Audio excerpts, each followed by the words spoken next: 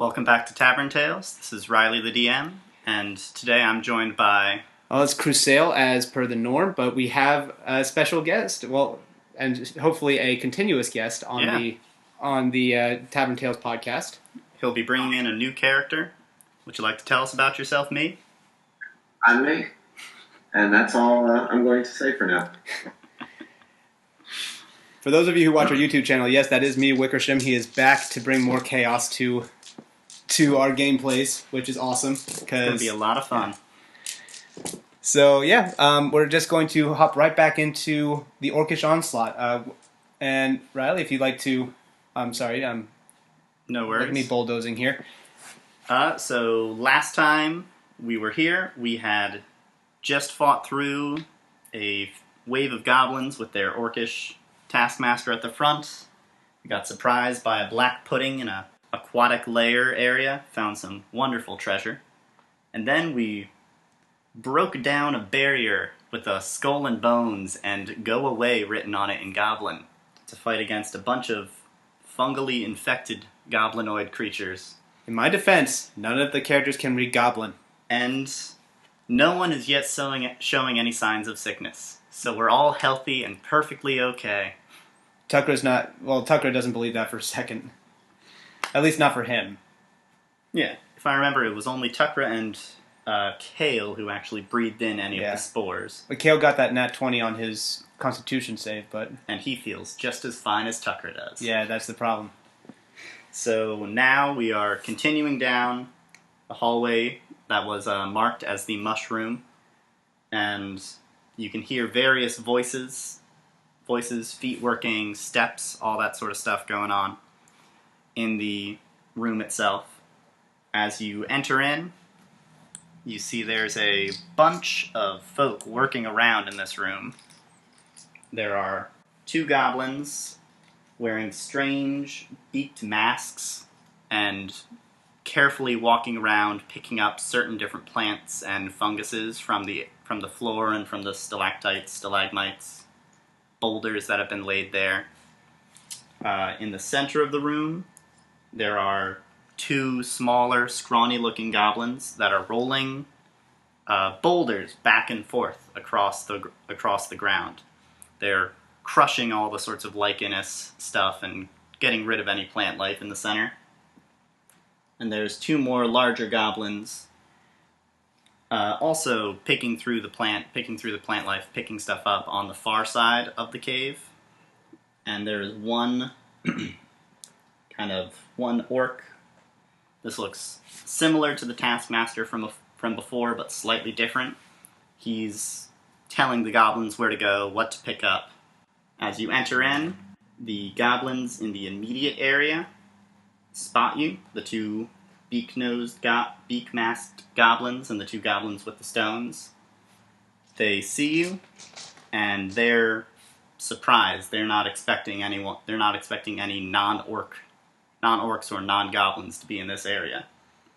The 2 goblins that are here with their beaks start to giggle excitedly and pull out these small round balls from their pockets and eagerly strike a small stick, which blazes to life with fire.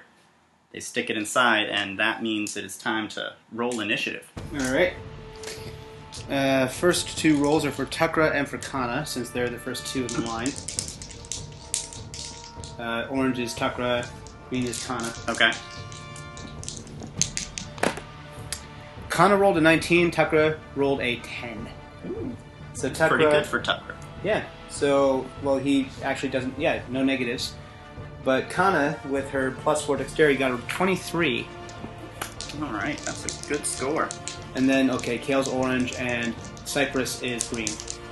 Kale rolled a 7 minus 1, so he's at a 6. And Cypress rolled a nat 20. Alright, so Cypress will be the one to move first. What is she gonna do? Backed up in the back of this tight corridor. She's going to try and... she can move through teammates, right? I think you can do that, yeah. Yeah. I remember that being the rule back in 4E. So she's gonna try. She's gonna move into the room, and she's just gonna try and hurry up and take out at least one of the goblins before they can actually. Now remember, these are 10-foot squares, so there's a lot of space. There's a lot of room to cover here. So how much of the tunnel does she have to get through? It's like 15 feet. Okay. To get out past Takra. Okay, 15 feet past Takra. Mm-hmm. So she'll be in the front of that square. Yeah, and you said that each of them is 10? Mm-hmm. So she has a total of 45 movement speed. So she's got 3 squares left. So 1, 2, 3. Alrighty. Just a moment now. Alright. Continue. Okay, I don't like that die roll, but I will push forward. Cypress is going to try and strike the goblin with her spear. Okay, go ahead. Alright. That's a 14 plus 6, so that's a 20. That'll be a hit. Alright, so roll for damage, 1d6 plus 4. Oh wait, it should be a 1d8, or... Yeah. Yeah, since she's...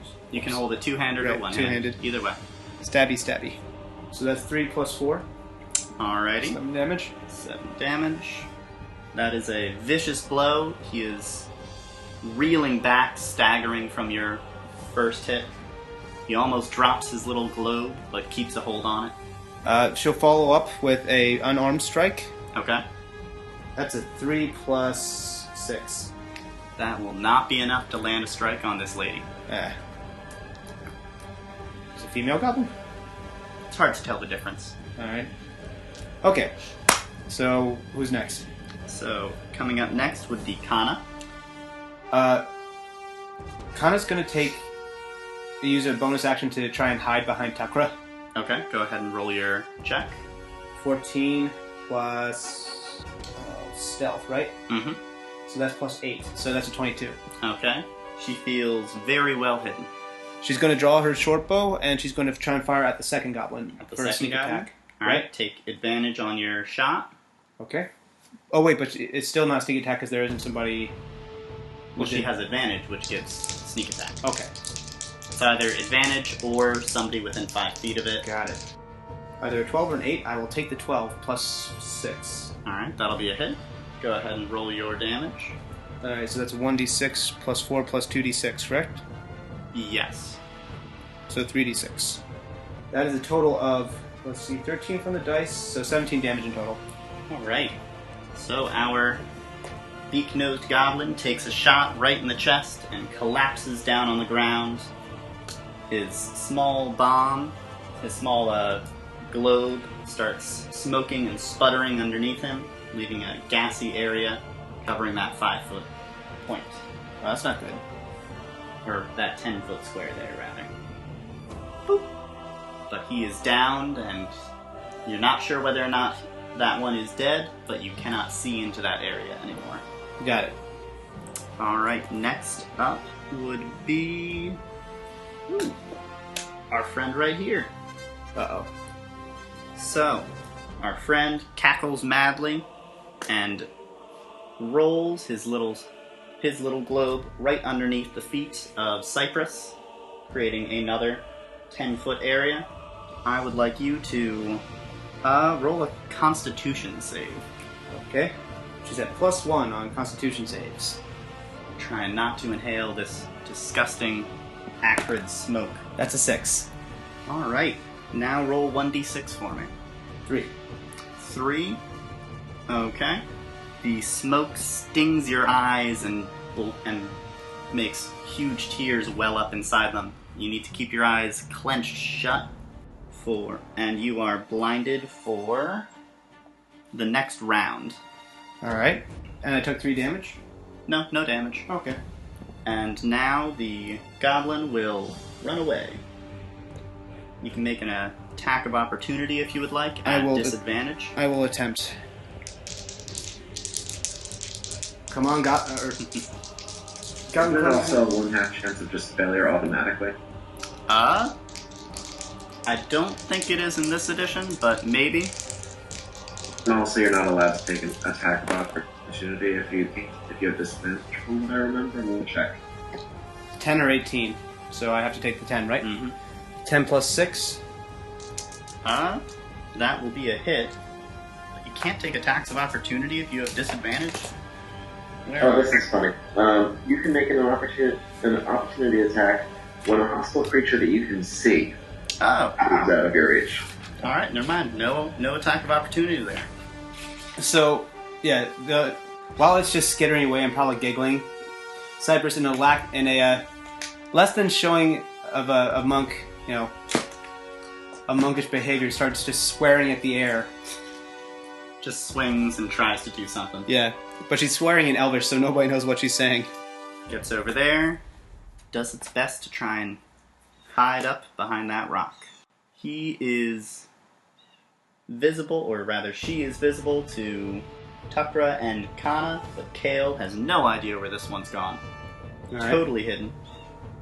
And now we move on to my good old-fashioned Gobos over here. Alright. They've noticed that you have just been attacking their friends. They start coming over this way to help defend. And now it is Tukra's turn. Well, Tukra's been on the defensive and healing side of things for a while, so he's feeling a little frustrated also, since he's now infected with some kind of spore that he doesn't know what it's going to do. So he's going to use his beast form. Okay. And he's going to transform into his good old-fashioned brown bear. Ooh. Brown bear, what do you see? A couple of goblins standing in front of me. That's the bigger one, right? Brown bear, not the black bear? I think so. Let me just double check this. It's black bear, brown bear. Yeah, brown bear is the large beast. Alright. Go for that. Get some big brown berry hits. Alright. Well, let's see. Oh, his movement speed's actually 40. Nice. Yeah, bears are fast. They are fast. Real fast. Alright, so yeah, Tukra's strength is now at 19, his dex is at 10, his con is at 16. He has a skill of perception plus 3, and passive perception 13, no languages, and he has keen smell. Okay, so we can smell things very well. Yeah. Okay, so Tukra's going to come in, and he's going to try and perform. If it's multi-attack, does that mean I wouldn't have a chance to move in between the two attacks? No, you can still. Awesome. So, but I do need you to make a Constitution save for me. Is he within the Gaseous area? Nope. Oh boy. Well, since he's got Bear Con, Bear Con. That sounds like a fun time. So he now has plus 3 to his Constitution rolls. Okay. That's a 15 in total. Alright. As you crush through this wicket of mushrooms and lichen, little pops and bursts of spores fly up as your feet cross into it. Him and the spores, man. But you just shake it off. You kind of like huff out, and all the spores go away, leaving you alone. And you are fine to continue your move. Alright, so he's going to perform his multi-attack. Okay. First with the bites, one with his bite and one with his claws, so that just means I just read off the... you just do one bite attack, one claw attack. Okay. So bite attack at a plus 5 to hit. Let's see, and if it hits, it's a 1d8 plus 4 piercing damage. That's an 18 to hit. Alright, that'll be a hit. Go ahead and roll that damage. Alright, 1d8 plus 4. It's my This d8. meager, defenseless goblin. You guys are just determined to make me feel bad about fighting in these D&D sessions, aren't you? So that's 8 damage in total. Alright. You viciously bite and devour part of that goblin. Blah. You may swallow if you choose or spit. Oh, he's spitting. That thing's unwashed, man. It's been down here. True. It's been down here working as an Orcish slave, which makes me feel a little bit bad too. But darn it, you guys just guilt trip me throughout these entire campaigns. Tucker's gonna move in and go for the second part of his multi-attack. All right. Attacking go with the ahead. claws. You're guilt tripped, but you're still killing. Yep. That's a 17 to hit plus 4. That'll be a hit. No, sorry, plus 5 to hit. So that's 20. Yeah, 22. All right, and so it's a 2d6 plus 4 slashing damage. All right. Go for that damage. That's 6 plus 4 is 10 damage. All right. And you tear apart that second goblin. He is now fallen. They're both next to each other. They weakly try to reach out one last grasp towards their best friend. but they can't make it. Yeah. I believe you have 10 more feet of movement that you can do something with if you'd like. Tucker's going to try... He's going to lumber over towards the hidden goblin. Alright. Alrighty. That's Bearfor. You're next. Good lord. So now... Tucker's pissed, man. Hey, it's legitimate to be pissed. He just got spored on by some kind of weird explodey thing. And then he got spored on some more. Yeah. It's great. So now, these gobos over here have noticed all this ruckus. And they've kind of gotten over their surprise and and not knowing what to do. The orc cries out a sort of an instruction, a battle cry of sorts, telling them to advance on you. And it is Kale's turn, and at the end of this, and after this round, they will be in the combat. Okay. And next round, Cypress will still be blinded, right? Yes. Kale, upon hearing the orc, would the Orcish cry have been audible? Yes. All right. Upon entering, he's going to. How light is this room, or is it all just darkness? Okay. Everything's dark except for if you have light on Kale still. Yeah. You've got, I believe, it's 60 feet of light. Well, the thing, I don't think he had light on at this point, or he hadn't put light on. They were using torches at this point. Okay. So torches would be 30 feet of light then. Well, okay. Well, he will use his Asmar gift of light to infuse his shield with okay. a so illuminating he's putting light. on his big kind of flashlight shield. Yeah, because I'm pretty sure, and he's going to start moving over. He's basically trying to make himself the biggest target in the room, so that these guys will just come in on him. Because although Tucker's the big bear, he's not the tank. Mm-hmm. All right. So now we go back to the top of the order with Cypress. She is blinded. She's stuck in the middle of this 10-foot area of impenetrable black noxious gas. Well, I think she would try and move so that she can't smell anymore. Like, she knows that she's surrounded by this gas, so she's going to try and get out. Okay.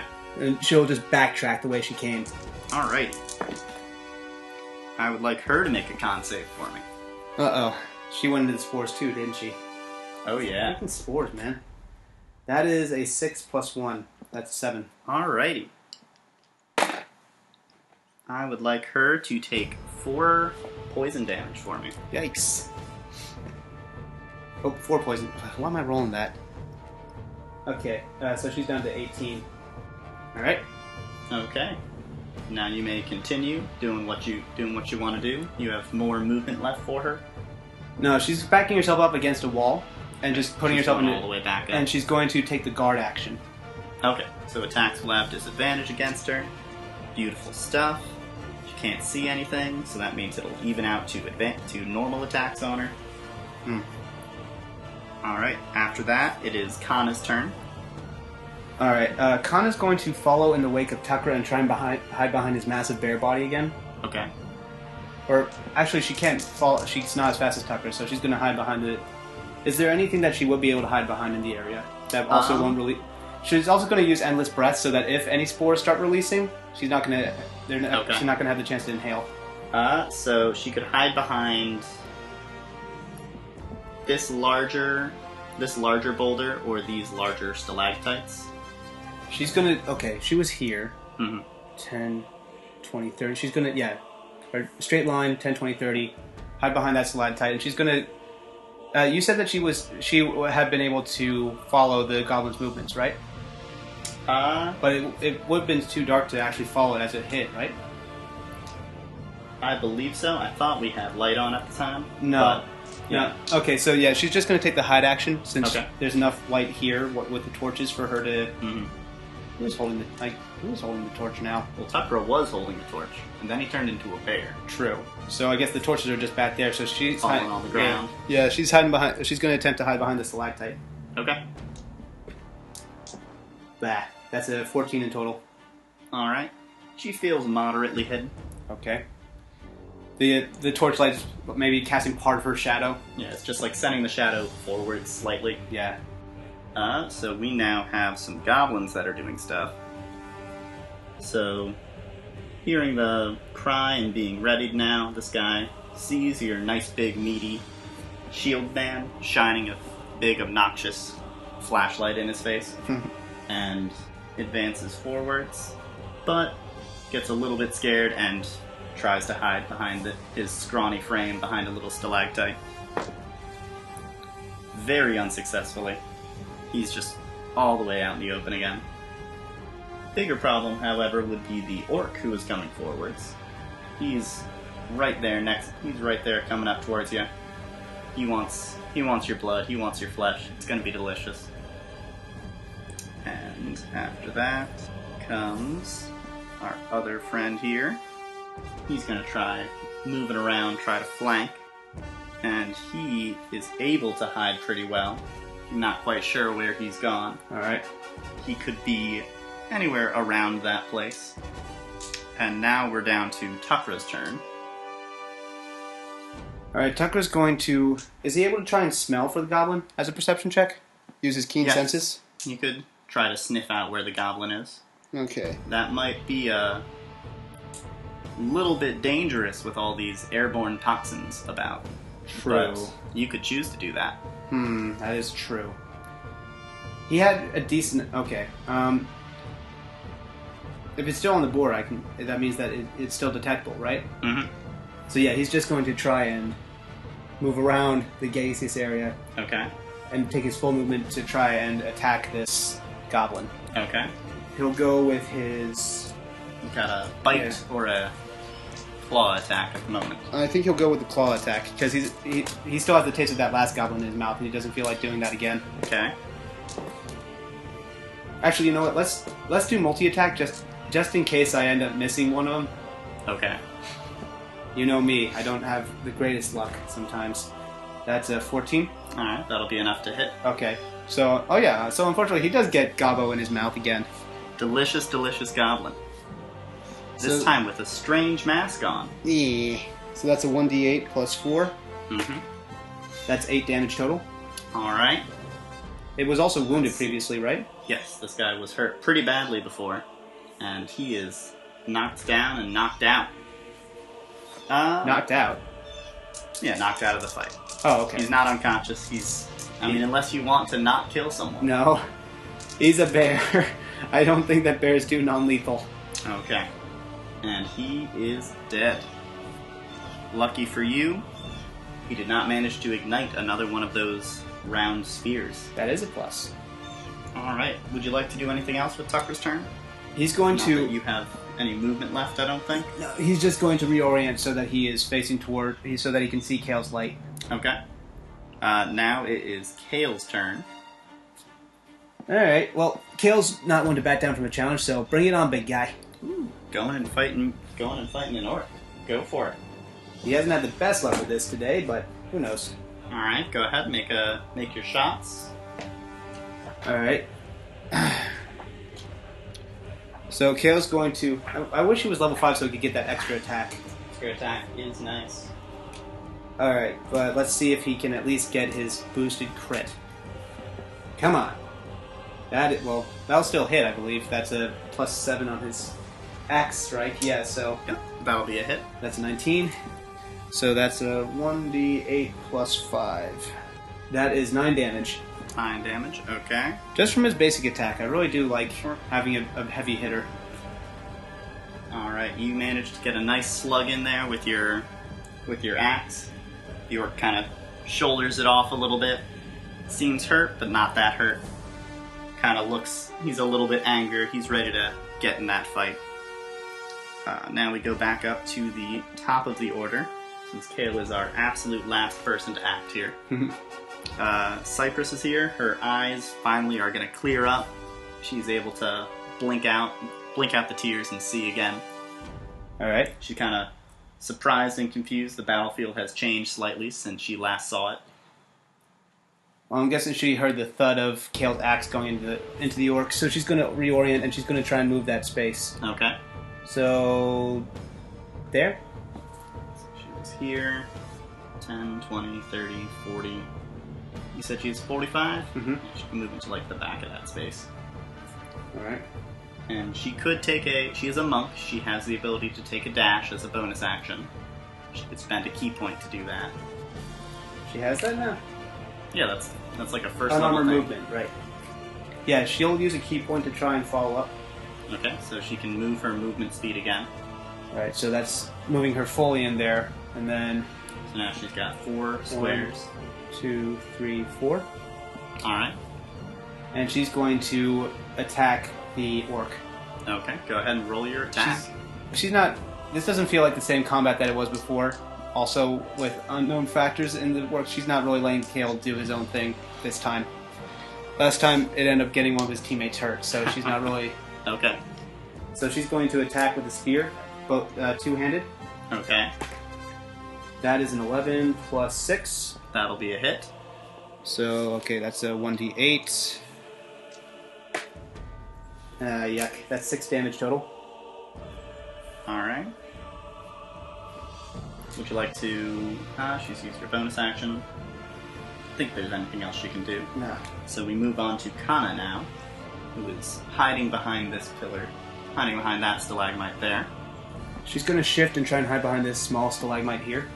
Alright. I'd like her to make a con save for me. I thought she was... But she Oh, was that's right, I forget. unending breath. She doesn't have to breathe, Yeah. because she's magical and a genie. Yep. I love unending breath. It's actually been much more useful than I thought it would be. Well, yeah, it's supposed to be just some kind of flavorful ribbon thing, but Yeah. breathing is important. Yeah. Okay, so she's going to try and take a shot at the orc. Okay. Oh, right, though. She's trying to hide first. So 12 plus 8. Alright, she feels very well hidden. Okay. Does that mean she gets... Yeah, that'll be enough for advantage. I'll take the 15 plus 6. That'll be a hit, so roll your sneak attack damage as well. So that's 3d6, correct? Mm-hmm. That is 14 damage. Oh, 14 plus 4. Sorry, 18 damage. Man, rogues deal a lot of damage when they hit. Or hit in the right situation. Alright, this orc is looking very, very poor. Doesn't look like he's going to last much longer. And now he takes his time. He tries to shrug off that arrow. He tries to shrug off the spear blow, but just as that's happening, he gets hit by the arrow, whacked back. He's hurting real bad. He kind of puffs himself up, gets that orcish blood rising, and he makes a big strike towards Kale, the first one to hurt him. Alright. That and that, okay. Woo! Well, he does well. So he gets a absolute failure on his first strike, and a absolute failure on his second strike. Oh, jeez. He wails ineffectively against your lit up shield. It's almost like the glare is going into his eyes, making him unable to see or something. And so it's just like ding, ding, off the shield both times. I mean, the first one doesn't even hit the shield. It comes like half a foot short of Kale. Doesn't even make contact. Wow. It's like he's trying to ward you off or something instead of actually hitting you. But he then cries out to the goblin, "Hit them now!" And the goblin, rushed and hurried, tries to make an attack before it's too late. Is he attacking Cypress? He's attacking Cypress. He gets a 10. I'm pretty sure that's not good enough against your armor class. 17. Yep. So he is unable to land to make any purchase upon Cypress. She kind of easily just twists the attack, gets all the momentum out of it. She looks down at the goblin, straightens his eyes, and with that really look. Mm-hmm. So now, alright. Our other goblin makes some moves. He continues to hide and stay hidden. And now it goes down to Tucker's turn. Tucker's barreling for it. He's going to take the dash action along Okay. with his normal movement. So that's 8 spaces he can move. 2, 3, 4, 5, 6, 7, 8. Okay. So all the goblins see this gigantic brown bear just barreling at him with Going as fury in fast his as it eyes. can. Oof, that's intimidating. It's going to be real scary. Alright, and now it is Kale's turn. Alright, Kale. Kind of a one-trick pony. Nothing Battle axe wrong to with the it. battle axe to the forehead. All right, go for it. Make your attack. That's 14 plus 7. 21. All right, roll that damage. Let me see what happens. All right. It's 1d8 plus 5. Let's see if the orange die feels like rolling big. You don't get to roll anymore, orange die. That's a 1 plus 5, 6 damage. I feel like we need to start like a counter of how many times you roll minimum damage for Kale. Yeah. Or pretty high. Yeah. All right, but luckily he was barely on his feet, and you managed to take him down with your exceptionally strong arms. Well, I guess flavorfully we could say that Kale actually tries to hold back in combat when he's not trying to show off, because or maybe even this time he's trying to hold back after what happened last time. Going partially necrotic and ripping out a guy's throat is not exactly the best way to foster friendship with a new teammate. It's a little scary. So now you're down to one goblin who is hidden and you can't see him. He's continued to hide and stay hidden. And another goblin who is now absolutely terrified because the guy he was terrified of before just got taken down like it was nothing. Mm-hmm. And he's also got a giant brown bear barreling at him. He's going to try and run away. He's going to just take a step that way. Would you like to make an attack of opportunity? Yes. After this is... Cypress is following up on the really look. He's trying to run away, stabbing out with his spear. Just trying to get casual little boop. 6 plus 6. 12.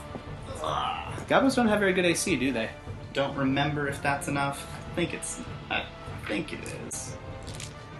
Yep. That's a pop, so make your damage. So, I'll say that you did one-handed. Just for flavor. 4 plus 4. That's 8 damage. Alright. That is just enough to pop that guy out. So, he's running, and then he just feels it go through the back of his neck. Straight through the back of his neck. Yeah. Immediately down on the ground. Splash blood all over all over the lichen and the mushrooms. Looks delicious to Tuckra in his bear form. Yeah. And then his Tuckra brain reminds him, nope, already done this twice today. Goblin blood tastes just like pennies, or tastes just like iron, like anything else. Pennies don't exist in this world. I need to come up with a different expression. It tastes like copper. Yeah. Like copper pieces, just like any other species. So, now there is one hidden goblin. What would you like to do? You may take all your actions however you'd like now. Well, Kana and Tuckra can't see in the dark. So I guess, is Tuckra in an area where there will be spores floating around? Not right now, no. Okay, I think they all just run perception checks, see if they can actually see if there are any other enemies in the room. Okay. Go ahead and give me... I guess it's Kana's turn, so give me Kana's perception. Alright, Kana... That's a 7. Alright, she is unable to notice anything. She's going to move up with the rest of the group. Okay. But she's actually cautious because she's actually at 6 health. Yeah. If I remember, we took quite a beating against those... The infected goblins, yeah. Infected, nasty goblinoids. Alright, after that, it would be Tucker's turn. Tucker's going to try and use his keen senses ability while he's a brown bear. Him out? Yeah. Bear has advantage on wisdom perception checks that rely on smell. So his perception, thanks to his own mental stats, is at plus 6. That's a 17 or a 10? I would take the 17. That's a 23. All right. Or actually, perception skills. Brown bear perception plus 3. So well, it's whichever's higher of your. Oh, okay. So plus his 6. or yours. Right. You are able to smell him in this general area. So upon Tucker, Tucker's suddenly goes on high alert, and everybody responds to the brown bear suddenly growling. And he's going to plunge into this area. Okay. And just start roaring, trying to get this thing to start scurrying. Right. Whereabouts is Kale casting his light? Like, what direction is he doing it? He was facing the orc. Upon Tucker growling, I would hope he would shift over. Turn that way? Yeah. Alright. Yep, there's enough light to be there. He's right there. Okay, where was Tucker? Right there. So, would that be 10, or that's the 15 feet thing now? 10, 20, 30, 40. Yeah. Okay. And now it is Kale's turn. He's going to run after Tukra. Okay. 10, 20, 30. Man, these 10-foot spaces are a bit of a problem. They make everything seem very short. Mm-hmm. So, now it goes back up top to Cypress. Cypress... You could skip up to Kana with her ranged attack if you'd like to make an attack on him. Now Cypress is going to actually try and make a ranged attack of her own with her spear. Okay, she's going to make a toss. 10... That's 20, 30, 45. Mm-hmm. Yeah, she's going to try to make a spear toss from there. Go ahead, make an attack. That's a 4, everybody at home. Spear lands. 10 in total. Plunges bone. Just a little cartoon wiggle waggle in the wall. Yeah. Right behind him. The goblin is just looking at peace. And, yeah. It's already trying to run away. Yeah. So now it is Kana. Would she like to go? Yeah, Kana's going to move up. 10, 20, 30. It's going to try and make a shot. And I think she has a direct line to him, right? Mm-hmm. Yeah, without hitting her teammate, she's going to try and make a short bow shot. Okay. Go ahead. Taking a shot. That's a 13 plus 6, so 19. Alright, that'll be enough to hit. And you don't even need to roll damage for that. He's going to go down. Well, it wasn't a sneak attack, though. It's just out in the open shot. Yeah, but it's a shot. Your whole party's chasing after him. True. He's going to be slowed down. Everyone else is going to go after this. True. And most of them have heightened speed, so... Yeah. Alright, so you've cleared out our mushroom area. Woo! Combat 1, everybody! Out of the I like my mushroom, team. there are 2 different pathways, basically. There's one path out to the north, back towards kind of the entrance area. And there's one path that goes out south. So we've got these 2 pathways. Which direction would you like to go? Okay, let's try this way. You're going to head out that way? Yeah. Alright. Sense of direction, I know that this is almost backtracking on where I was before, so... Alright, try something new. Now that we've dealt with that encounter, let's head back to town for a moment. And say hi to Mee's character. Alright. So before we get right into the start of it, I do have a question for you, Mee. Yes. There are kind of 3 major kingdoms, major areas where people come from. There's one that's called Invidia. It's a vaguely Romanesque sort of place, very obsessed about order and jobs, that kind of thing. There's one that's a minorly French, super aristocracy place called Laurel. And then there's one that's a sort of more republic-oriented place, but it's really run by merchants and mercenaries. Do you have a preference of which of those you'd come from? Not really, no. Okay. In that case, it doesn't have to matter yet, then. We'll figure that out later. So, your character is following this letter. He's been asking around, trying to find out about some of those things. You've heard whispers and rumors about a kingdom called Far Eldrith, which has a lot to do with the Fae and would possibly help you know about what the Starlit Bear or the Rotten Leaves could mean. And you're traveling in that direction, you're going along the road, and you come across this town. The town is bustling and doing a lot of movement. People are shouting and urgently carrying farm wood and everything. They seem to be building walls and kind of trying to put up defenses. There's a large, pale man, a half-orc, who is directing everything. He's giving orders, telling people what to do. What would you like to do? I will go up to one of the random people building the wall and say, "What's going on here?" The person you talk to is focused. They're surprised, kind of jump a little bit when you come up and talk to him. He looks at you funny for a second, and You bet he does. and then he turns back and keeps working. He says, "We're building a wall. It's the orcs are coming. They're gonna kill us all. Can you help?" Do you know of any heroes nearby? Well, there's a few guys who've been helping recently, but they're not here. I don't know where they are. We've just Sounds like you need a hero. Where can I find these people? I know they have a house outside of town, but I think Baron sent them to do something. If maybe you could ask him, he could tell you. But please, could you help us here? We need help. We need a hero. Are you a hero? I'm not a hero. I'm a mentor. I tell other people what to do. And would you like to give some description of how your character looks? Sure. He is a Aarakocra. He wears a large, ratty robe.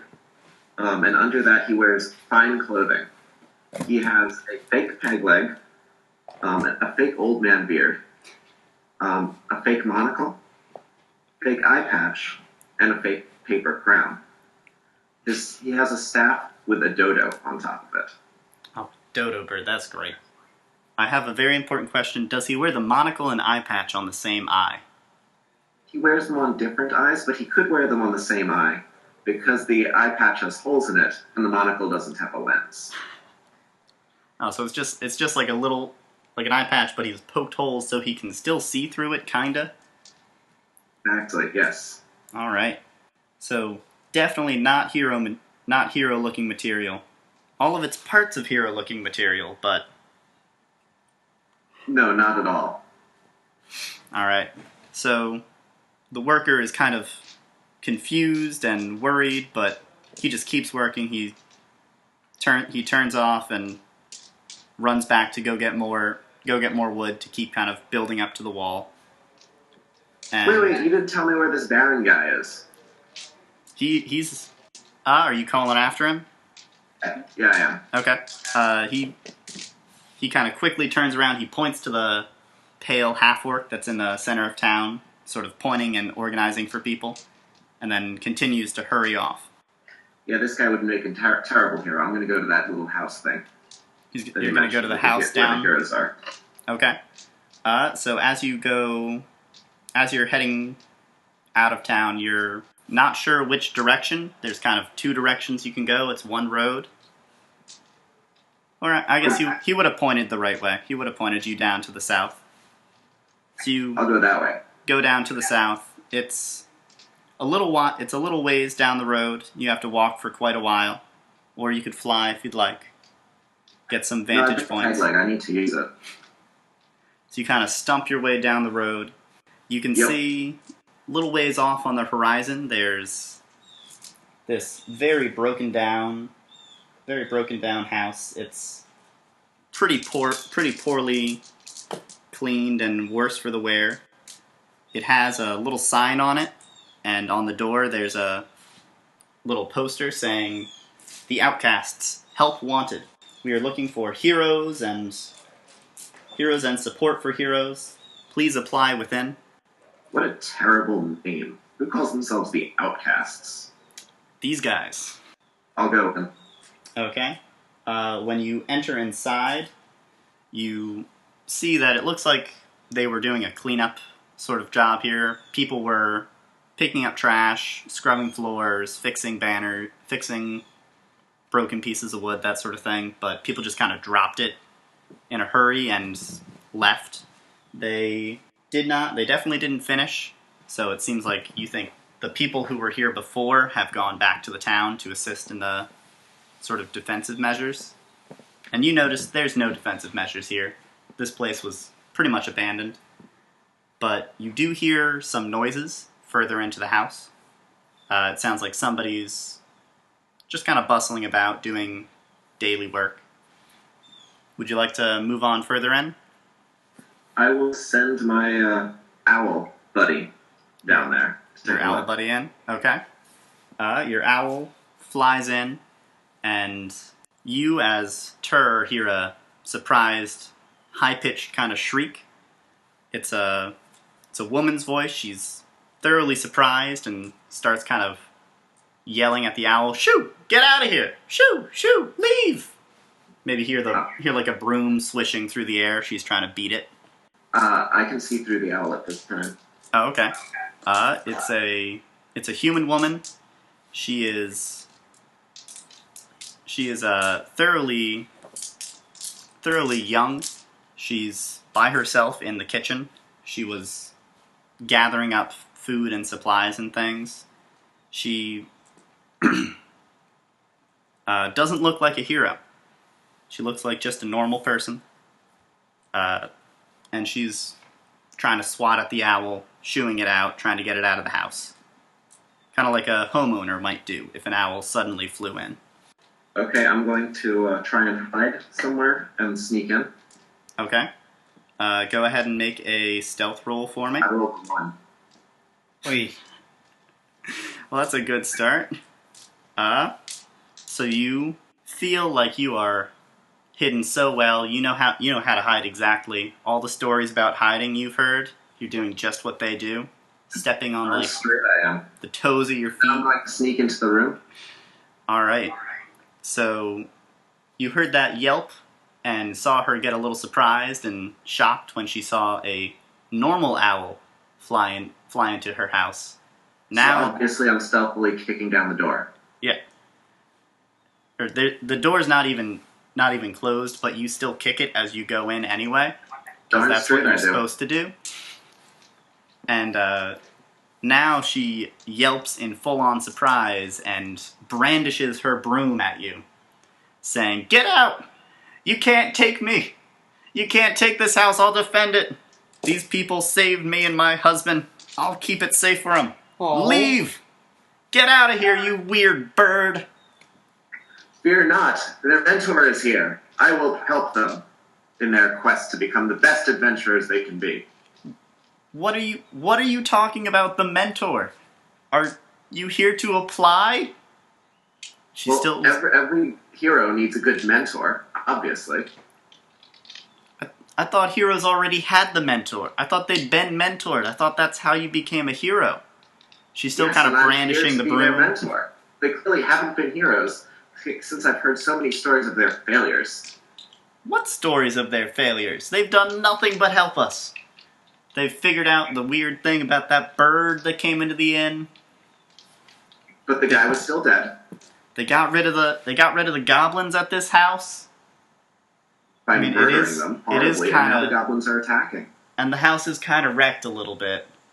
It was a little late by like 2 years or something. My But they're- point exactly. They should have been here earlier. And now they're going to get rid of the goblins. They're taking out the orcs who are about to attack the town. They're doing great hero stuff. I don't were think really they need a doing mentor. Such a good job. Why are you guys building the wall? Whoa. That's just Baron is telling us to build the wall in case they don't succeed.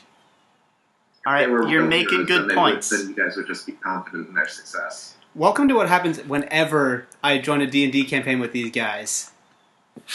Me is making very salient points. This woman is being heavily convinced. Evelyn is letting her guard down. She's not brandishing the broom anymore. She says, "All right, Very good. Do it. all right. So what's your name?" My name is Tur Nandor. All right. Well, my employers, the Outcasts, have been searching for help. Perhaps you are just the help they need. Come with me. We'll fill out a contract. Kana has left some wonderful, very long papers, and I am going to need your help because I cannot read them. But we can fill them out. You can tell me what's on there, so I can tell the next person. And I can send you on your way to go help guide these heroes to victory. That sounds perfect. Let me see these contracts. All right, so she walks out with you to the main room. There's a kind of little table sort of thing. She pulls out a little case, takes out like probably a 10-page packet, Yeah. And what exactly is on there? What would kind of consider important for her contract? Well, imagine that the first 3 pages are actually a character sheet. It's listing, so they're listing all of their essential abilities, what they can contribute to the Outcast organization. Okay. As well, she would ask for references, people who could be contacted to vouch for whoever's applying. Okay. She would also ask for a listing of any mercantile skills, anything that they can contribute in terms of maintaining the organization along, looking for administrative positions as well as combat positions. Okay. She would also be looking for any contact information, as in, like, are they part of a mages guild? Are they part of a thieves guild? Do they have contacts who could help spread the information network of the Outcast organization? Okay. Now, I imagine Tur would like he would rather a mercantile contract rather than a combat contract. What does the mercantile contract entail as opposed to the combat? Oh, no, it's all in the same contract. It's all one contract? Yeah. Okay.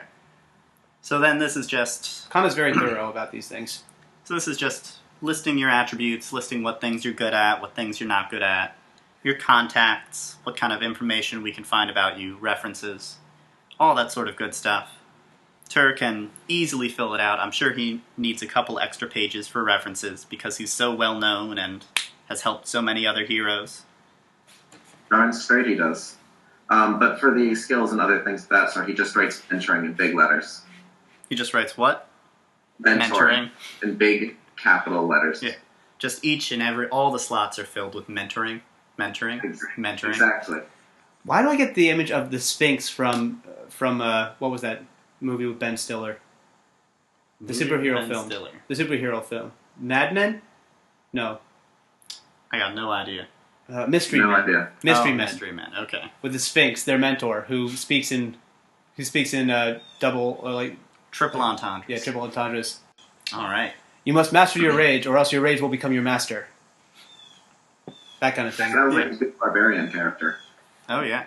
Well, I mean, that was his advice to Ben Stiller's character. Okay. All right. So you fill out this contract. You inform Evelyn of what's on it, what kind of things she needs to ask for and request, and she points you down the road. She shows you the general location of the cave where the other heroes have gone, and wishes you the best of luck. She then goes back into the house, collects up the bag of food she had, and starts on her way back to town. She's kind of taking all the provisions and things that they had there to keep them safe. And help with the wartime effort, because honestly, I don't think that anybody in the Outcast would deny the town food if they had it to give. I kind of imagine Kana has instructed her to sell these things to the town, if necessary. Fair enough. Kale would say just give it for free. Tucker wouldn't care one way or the other, and Cypress is new. Yeah. So, there you go. As an honorable mentor, I will walk her back to town. Oh, that's hobbling my way over. Very kind of you. Good on you, me. That takes a little bit of time. I'm obviously not carrying anything, because mentors don't carry anything except for their staff. Well, of course, you're carrying the biggest burden of all, raising these young, helpless people. Exactly. All right, so you get back to town. Would you like to do anything in town before you head off to the cave area? The town sounds boring. I need a good hero. Okay. So you're going to make your way off there. I know, Baron's pretty heroic. Yeah, but he's not doing anything heroic right now. True. He's just leading. He's doing things that are already... Like, he doesn't need to be mentored in this. He clearly knows what he's doing. Fair enough. Whereas these other people sound like fools, apparently. I don't know where he's getting these rumors, but they exist now. Every single campaign we have... Oh, wait, I forgot. I do know where those rumors are actually coming from. Hmm? They just came out a little sooner than I expected. Oh. You'll find out about it when you get back to town. Fine. So you take a little bit of time. Somebody's going to need a strangling. So I'm going to... yeah? I'm going to fly over as fast as I can to get relatively close. Okay. And I'm going to try and hide in the sunlight, like behind, not in front of the sun. So basically, you can't see me due to the sunlight. Stay up in the glare. So the dramatic reveal. Gandalfish. Exactly. Yeah.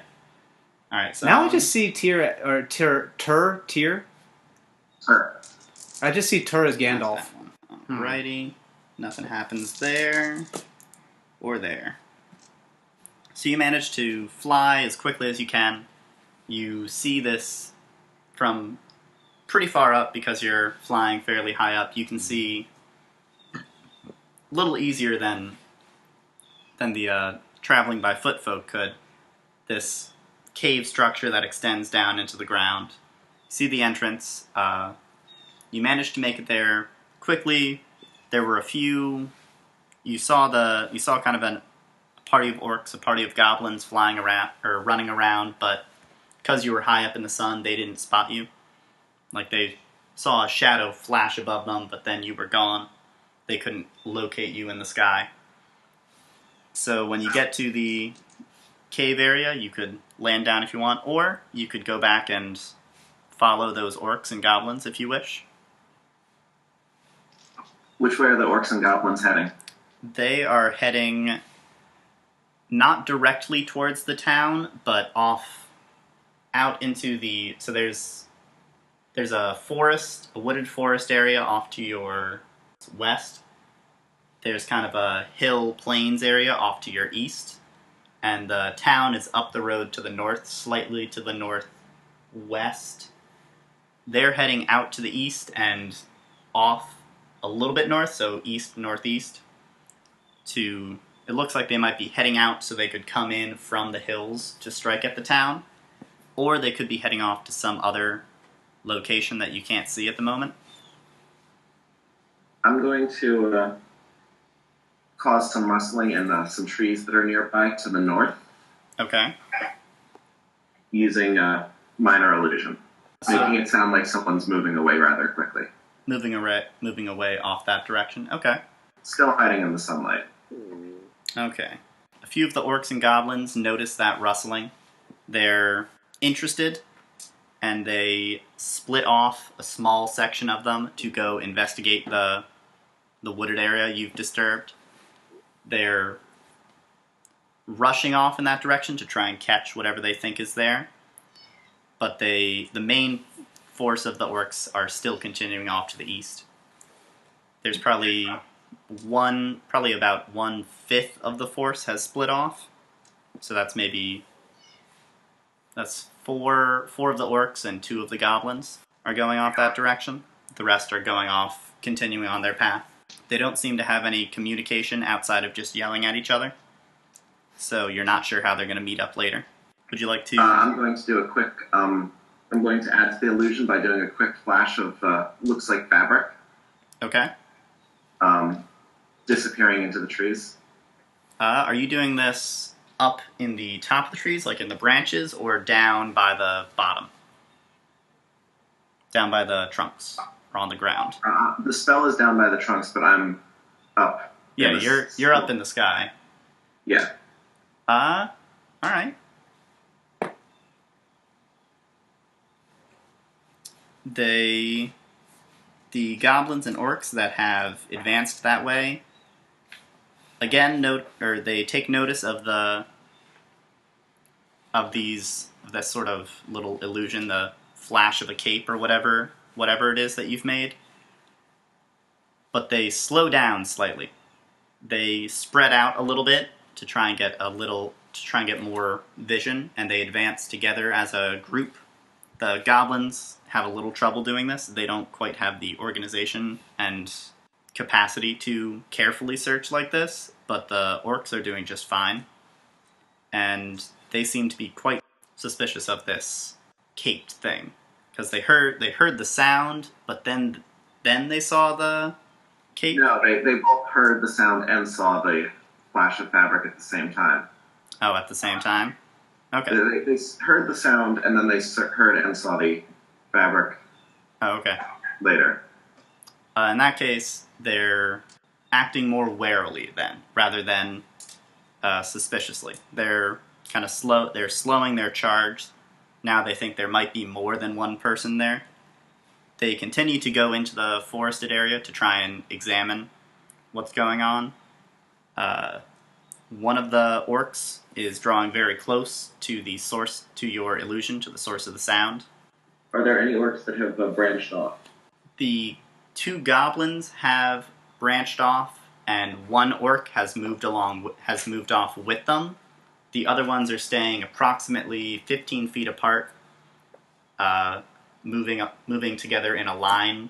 They're now at the tree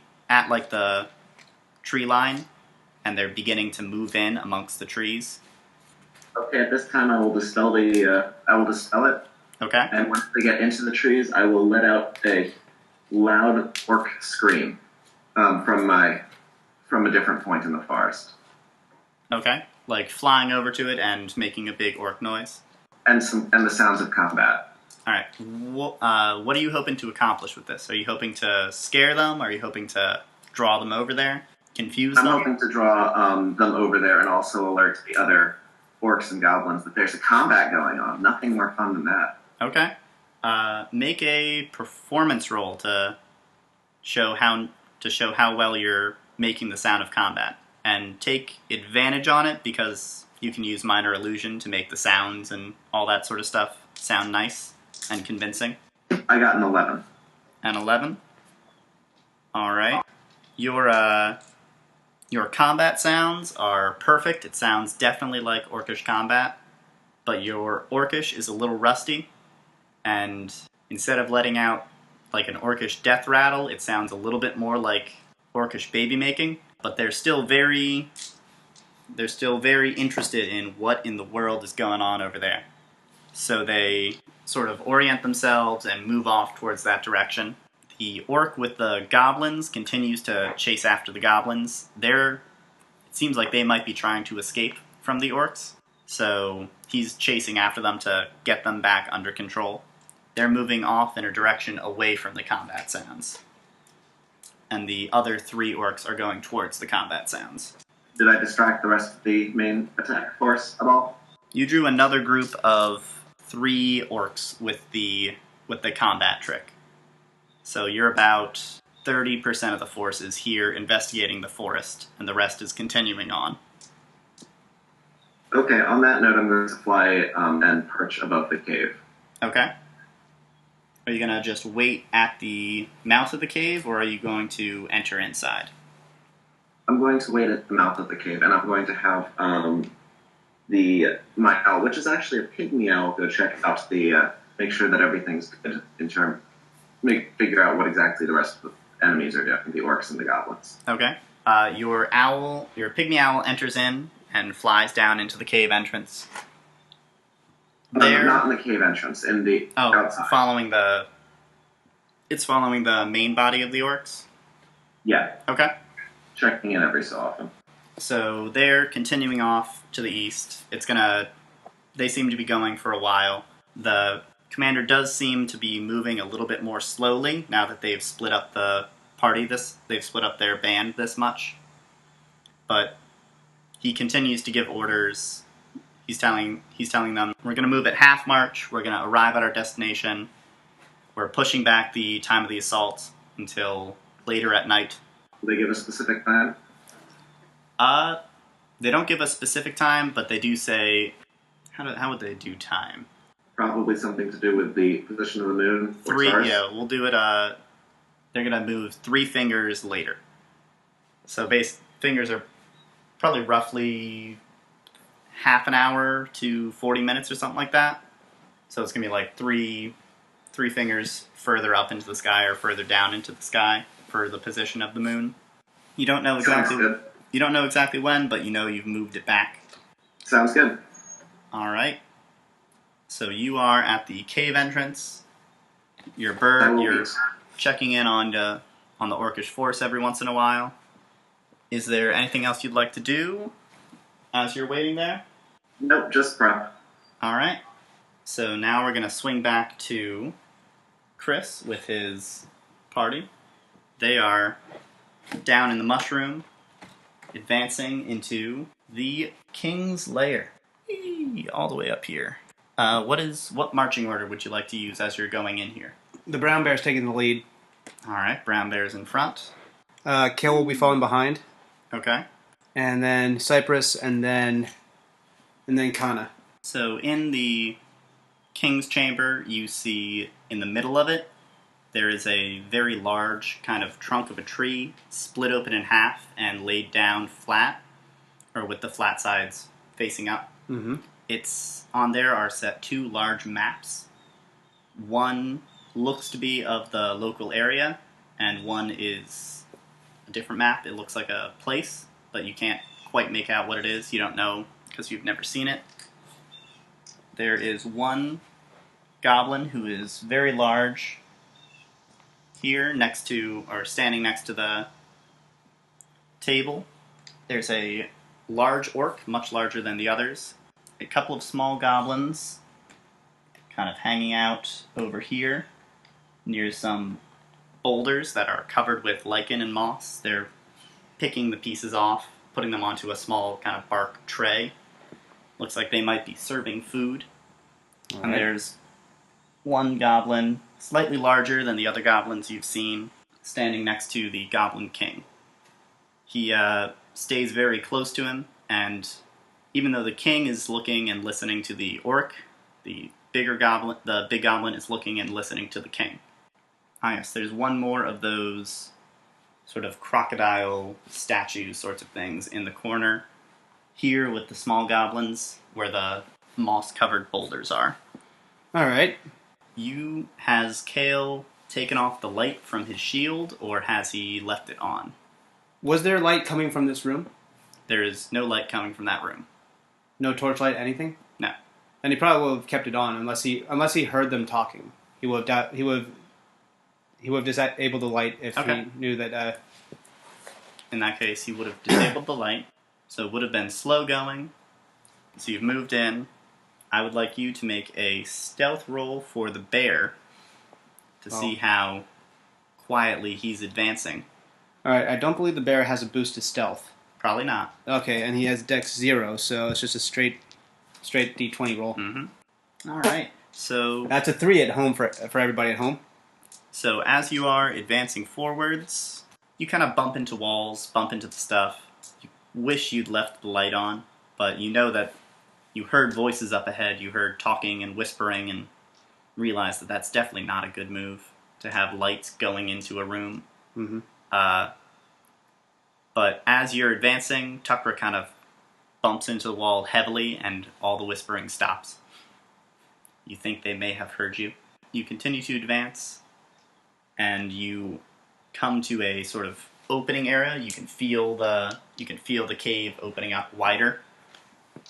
As you enter, you see the enemies arranged as before you. Or at least Kale and Cypress would, since they have dark vision. Yeah, the ones that have dark vision would. The other ones can't see, but they can feel the opening. They can feel like the air moving around more freely. They can hear the breathing of the enemies and the unsheathing of weapons and things. So everyone is set and ready to fight. All right. What would you like to do? Kale will immediately, once he hears the weapons going in, he also has dark vision, so he can see them doing that. He's going to trigger light again. Okay. With his light cantrip. All right. So that will be our initiation into combat. So give me your rolls for initiation. All right. Tucker and Kale first. That's a weird way to say it. Tucker is orange. Kale is green. Tucker got a 5, and Kale got a 13. Top 5. Kale 13. Go ahead. And then Cypress is orange, and Kana is green. Cypress got a 9, and Kana got a 16. Alright, got the order. So, first things first, the Orcish captain kind of points and says in Orcish, "Intruders." He pulls out a small steel rod, and he presses a button on the end of it. It immediately spreads out top and bottom, Ooh. and a red banner unfurls from the top with a black phoenix on it, and it plants itself in the ground. Okay, that's pretty cool, but that seems like a lot of presentation for a flag. As he's holding it, he calls out a battle cry, something intimidating and frightening sounding. Probably sounds really cool translated into common. And that is his turn. Now it is Kana's time to shine. Alright, Kana's going to... Does she have a direct line of sight to the old captain behind everybody? I mean, she has everybody in the way, but yeah. She could try to shoot and hope to not hit people. She's going to try and shift up behind Takra and hide behind the massive bear. So, plus 8 to stealth. That's a 25 in total. Wait, was that an attack or was that a... That was a hide. That was a stealth roll. She's hiding behind Takra? Yeah. Hiding behind the big furry bear butt. Alright. She feels fairly well hidden. Alright, and she's going to try and make a ranged attack on the orc captain. Okay. Alright, is that an advantage or...? That would be... Yeah, that would be at advantage. Alright, cool. Go ahead. 13 plus 6, so that's 19. Yep. Okay, so that's a go sneak ahead attack. and roll your damage. That would be a sneak attack, yeah. It's also the start of combat. Nobody's taken any... Oh, no, wait, he did take an action. Yeah. He went first. Yeah, dang it. And he wasn't surprised. Yeah. So that's 12 plus 4, 16 damage in total. Okay. That's a large hit. He kind of staggers back a step, but his hand still stays firmly on the banner, planted into the ground. Now it is the big King Goblin's turn. He's big and bulky, but most of that bulk is actually fat. Okay. He is very kind of swishy and swilly. Ew. But he steps forward, kind of puts his hand on his big goblin friend's shoulder and moves past him. Casually walk up to here. He takes his weapon, which is really nothing more than a large rock with some vines wrapped around it for a... It's like a flail? Yeah, there we go. That's the word I was looking for a flail. And he swings it down as hard as he can against the big bear. Alright, big bear has an AC of 11. Natural armor. Alright. That will manage to be a hit. Alright. Got HP of 34. Alright. So you will take a solid... How much is that? 9 damage. As he swings his flail heavily down upon you. Okay. And it seems to... 9 damage, you said? Yeah. The hit didn't look so strong, but it feels extra heavy. It feels like there's some sort of extra force behind it, in Tucker's opinion. Now it is Kale's turn. Alright, so Kale's going to move into the room. Like, he's going to go... Well, you know what? No. From behind Tucker, suddenly there's just going to be this feeling of cold. Okay. As Kale ignites his necrotic shroud. Ooh, fancy. So what is the range on that fear from that, if you remember? I do not remember. I want to say it's 10 feet. I still haven't been able to find my Volo's guide, so I'm not sure what happened to it. But, yeah, we'll say enemies within 10 feet make their will save. It's against your charisma. So what's your charisma modifier? 3. Alright. So that's that one, that one. Alright, they both fail. They're both frightened of you. The Goblin King the and... Goblin King and the small goblin here are unable to move towards you until they're unfrightened. Alright. Kale's going to move into the room. Okay. And he's going to lunge at the orc captain and make a swinging strike as he jumps up on the table. Okay. It's not flashy combat, I know, but... As you're running past, our small goblin here is going to take a little swipe at you and miss. Alright. Alright, so you're going to attack the goblin? No, I'm attacking the... Or the orc captain. I mean. Go ahead. Alright. Come on, Kale. Let's see that advanced crit work for me. That's a 13 in total. That will not be good enough. Your strike clangs off his kind of cobbled together armor. All right. Solid. It's lots of pieces of solid steel, soldered, held together, however they can. All right. And after that, it is Cypress's turn. Cypress is going to move 1, 2, and from the position near Tukra, Okay. She's going to make a spear strike at that small goblin there. Okay, so she's gonna be on this side of Tucker then. Man, this is hard to do on this one. It's a little tight. But alright, go ahead and make your attack. Okay. Let's see here. 14 plus 6. Alright, 20. that'll be a hit. So let's hit with the D8. Oh, not you, orange D8. Go ahead, use the orange D8. 3 plus 4, so 7 damage. Alright. That goblin is terrified and surprised and hit immediately. It wasn't quite sure what to do and wasn't ready. It is down right onto the ground immediately. It doesn't look like it can take any other hits. Alright, she's going to move further. Okay. And attack the second goblin. Alright, go ahead. With her follow-up... her martial arts attack. Martial arts attack. 11. Alright. This time the goblin is able to kind of get his serving tray up and in the way and blocks your... What kind of strike were you going for? Just a straightforward punch. So I feel like he gets the tray up, and I guess if it is any kind of metal, his hands will go numb as an indent of a fist. Oh no, this thing's just arc, so your fist just hits into it, it snaps in half, and just the extra little resistance is just enough that it comes like hair's length from his nose. She meant to punch through it, but it just and beyond to the mountain, but it didn't exactly work out. Alright. Now we move on to our little goblin friends here. The first goblin, the one that's downed, kind of feebly reaches forwards towards, we'll go Tukra, and takes a little swipe at him. He manages to rake his claws across Tucker's hide from the ground beside him. Deals 3 points of damage. Tucker's not having a good time this combat. But now, his normal health actually is quite impressive. Well, yeah, and he's going to get it all back as soon as he's out of their health. Yeah. And now the larger goblin will step up and look to the king goblin. The king goblin will points at Kale, and the large goblin takes a shot at Sakura, or at Kale rather. Mm-hmm. He swings another sort of flail-like weapon. Again, not well made. Looks created by these goblins. Looks like it's the best weapon they have.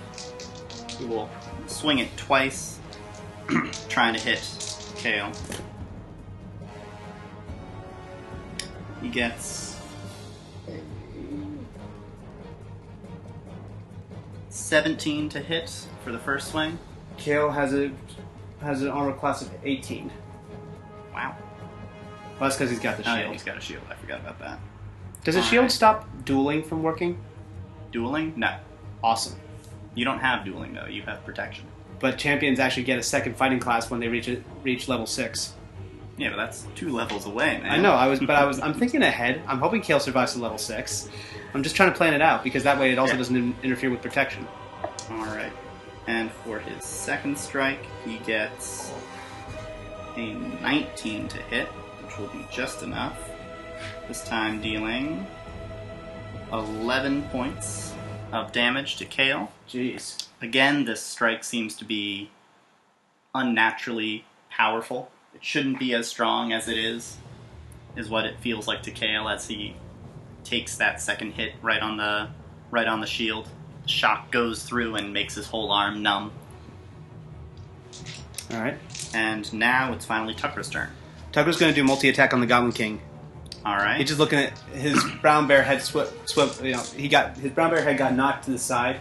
Okay. By that flail blow, and he just looks back and his jowls just raised in a snarl. I'm hoping he implies to the he's implying to the Goblin King, man, you done goofed. I'm gonna maul you now. Good lord. And Tucker comes in with a multi-attack. First with the bite attack. Alright. That's at a +5 to hit. That's a 19. So, pardon me, as you are rearing your head back to bite, the goblin quickly scrambles back and pops the big goblin in place What a instead dick. of him. What a dick. It's Fine. his privilege as king. Man.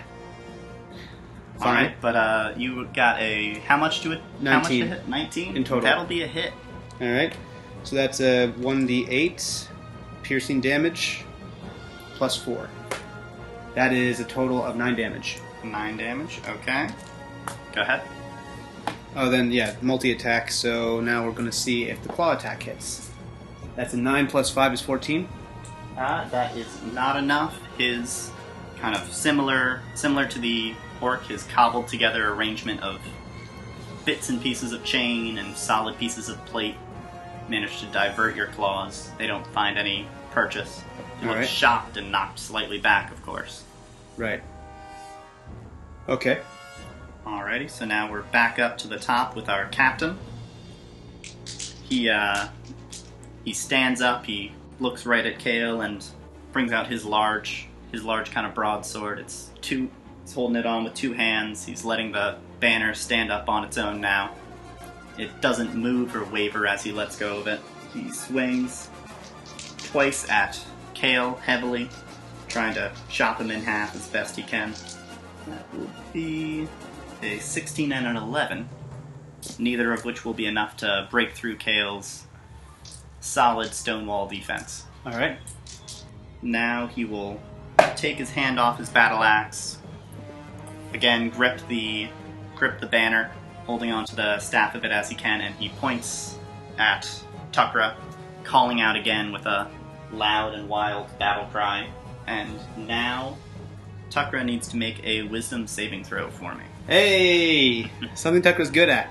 Yeah, he actually has plus 5 to wisdom saving throws. Okay.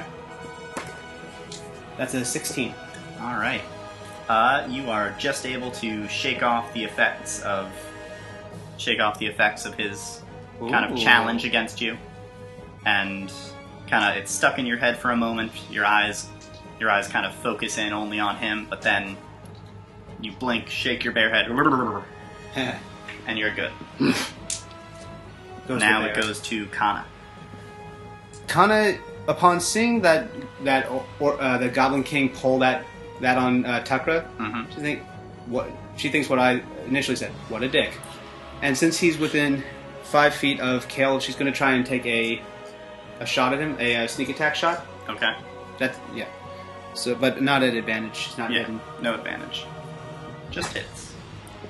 14 plus 6, so that's 20. That'll be a hit on the. You were going for the orc or the goblin? The King? Goblin King. Okay, the goblin king. That'll be a hit. So that's almost max damage. That's 12, 16 plus 4, so that's 20 damage. 20 damage. I love sneak attack. Now, why didn't we see more sneak attack from Liam's character? It happened every once in a while. That's He fine. was too busy protecting the rest of the party from their own stupidity. Well, to be fair, that's a very difficult job. True. Alright, so Gabo takes a shot very heavily, and you can see the goblin thinks for a moment. He sees you readying the bow. He's like, but he doesn't do anything. He takes the shot instead. And So now it is Kale's turn. we have conniving goblin, huh? I'm sorry, now it's the King Goblin's turn. Ho ho ho, have fun. So now the King Goblin takes a look up at the Orcish captain. The captain points again at Tukra. He continues to indicate Tukra as the target. So King Goblin steps off this way. Kale would be able to make an attack of opportunity if he would like. He will do just that. As he's parrying the Orcish captain's blows, he spins around and takes a low sweeping strike with his axe. All right. In a spin around attack to try and hurt the Goblin King before he can make a move. And as you're doing that, the Goblin King sneakily swaps places with his big goblin friend. This guy's just protecting everything. So he just pulls the big goblin behind him to take the blow. He's just like, whoosh. That is an 8 plus 7. 15. Plus 7. The big goblin is used to being kind of sped around and moved about like this, and he just sort of is ready and immediately turns and kind of turtles up to stop the attack with his back. I don't know. Which is where, of course, he has the strongest bit of his armor. Ah. I really don't like this Goblin King. And the Goblin King now turns and wails against Tukra again, trying to slam down as hard as he can with his flail. Alright. He attacks. He brings it down once first, straight down to try and swipe right on top of Tucker's head. 16 to hit. 11 natural armor. Alright. And he deals 6 points of damage. Alright, the bear is looking a little bit worse for wear. He's at 16 health. And now he brings the weapon down and tries to get a big sweeping blow behind it. Ooh! That'll be a crit. Uh-oh. Yay. I actually don't know that. Let me see what it says on the spell. So there is a spell involved. Oh, yeah. Oh. There's been a spell involved from the very beginning. I know. Well, I actually thought it might have been an enchanted weapon. I wasn't sure. Or some kind of combat ability. A little bit of both. Free loot for you. What? Okay. No free loot for you. Yeah. So that one, so it doesn't get doubled with the crit. Alright, so that will be 16 points of damage. That's... Oh, he's... So Tukra pops back into being human. Yep. Or Goliath. Tomato, potato. So he's 30. Anything else to that, or... Nope. Do all the goblins sort of react in surprise at this bear suddenly becoming a giant Goliath, or how tall is he again? A 7-foot Goliath? There's definitely a bit of surprise as the Goblin King thinks he just took down this big brown bear that's fighting with these invading heroes, but instead it suddenly is just a person. Yeah. A much bigger than him and intimidating looking person. But he now kind of, there's a look of understanding, like, that's why he was telling me to kill this guy. Makes sense. Hmm. And now it's Kale's turn. Okay, Kale. Well, Kale's going to make a leaping. He's going to try and do I'm going to try and initiate fancy combat. Okay. Like what flashy combat is what we called it. Yeah. He's been parrying these different blows, and after that sweeping attack he did to the bigger goblin, he's going to spin around and use the momentum of that sweep to do a spinning attack. That's going to end up with a lower, or he's going to spin himself in the air, trying to build up momentum to do a gigantic axe swing down on the orc captain while he's in midair. Okay, so he's going to try and, do a little bit of acrobatic, fancy stuff. Yeah. So make a performance roll for me. Okay. But I'm using strength, right? That's how we do flashy combat? 6 plus strength. So that's plus 5, so an 11. Alright, so... Well, you do get to make a strike. It is not At advantage. impressive enough, so it's just a normal strike. Yeah, okay. But this time hopefully it hits so that I can actually get that necrotic bonus off. Mm-hmm. I think that'll hit. That's 17 plus 7 for 24. And that'll be enough to make a hit. Alright. So that's the 1d8. 4 plus 5. Plus 4 more from necrotic. Right. So that's 13 damage. Alright. And he's going to take his action surge. Alright, go for it. I don't think he's used that in the dungeon yet, right? I don't think so. So yeah, he's going to follow up. I'm trying to think about how I can make it flashy. We only get one flashy combat per turn. Oh, you're right, sorry. So yeah, he's just going to follow up. Come on, let's see a crit. That... It's definitely not a crit. 15. Not enough. The orc captain staggers back and manages to kind of position himself, twist behind the banner. Kale kind of swings in, expecting the banner to just fall over and move out of the way, but your axe just clangs against it and stops stone cold. Huh. Alright, so for the bonus action of that action surge, he's going to You only get... Did you use your bonus action yet? Okay. You only get one bonus action. You don't get one from action surge. Got it. But since yeah, you didn't use it yet. Bonus action to trigger second wind. Okay. Roll your 1d10. 7 plus... so gain 11 health. Plus, oh yeah, it's my fighter level, right. So up to 26. Alright, that's And good. Kale should actually be off of the oak table now, so Okay, put him there. so you've moved him down. Yeah. Alright, so as you're kind of doing your flip down, you're moving and attacking, The big goblin manages to strike you. He tries to kind of knock you off balance. Perhaps that's why your second attack hits the banner instead of hitting the captain. And he actually manages to strike you very nicely, dealing a crit. I need to stop using that die, or only use that die. Alright, take 11 points of damage. Well, there's that second wind right there. Yep. Now it is Cypress's turn.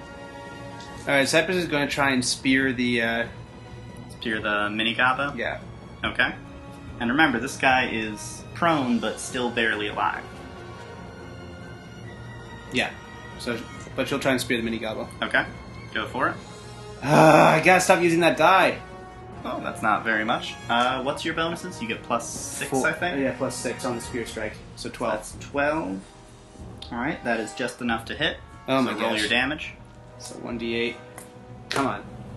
That's a 1. Alright. +4. So 5 damage. He is also basically down and out of this thing. He is not looking good. Somebody breathes on him the wrong way, he's probably going to die. I'm going to use one of my key points to try and use Flurry of Blows. Okay. So I believe that gives you 2 unarmed attacks? Yes. So I'm down to 2 key points. Alright, go ahead and make your attacks. Alright. Nope, not using the orange one. First one is a 20 in That'll total. be a hit. Second one is a 16. Sorry, it was a 22 and a 16. Both will be... I mean, I'm assuming you're going on the small goblins? Yeah, each of them is getting struck. Yep, those will both be a hit. And that's 1d4 plus 4. You only got to give me 1 damage roll, because one of them is going to die from anything. Okay. That's 3 plus 4, so 7 damage. You execute those 2 pitiful little goblins that were just there providing food and entertainment for their captive goblin leader and orcish enslaver. What a hero. Just quick, boom, boom, out. Just making me feel all the worse every time I do anything in these games. Thanks so much, guys. It's the best part. Oh, My pleasure. because you know I feel guilty about it when you describe it that way. Alright, but luckily, they were up next, and now they don't get to go. They can't hurt you anymore. That was the main thought. Our big goblin friend, though, can. And he tries to move off this way. He's still just listening to his goblin king, and strikes at Tukra as best he can. Okay. Tucker actually has better armor class as a Goliath than as a bear, so maybe I'll get lucky. Alright. Oh my god. Is that another crit? It's 2. 2 crits? Yeah. Is that thing loaded? I don't know. I hope not. Alright. It might be to run away. Ooh, I've got a lot of d8s here. Oh boy. So, how much health does Tucker have? 30?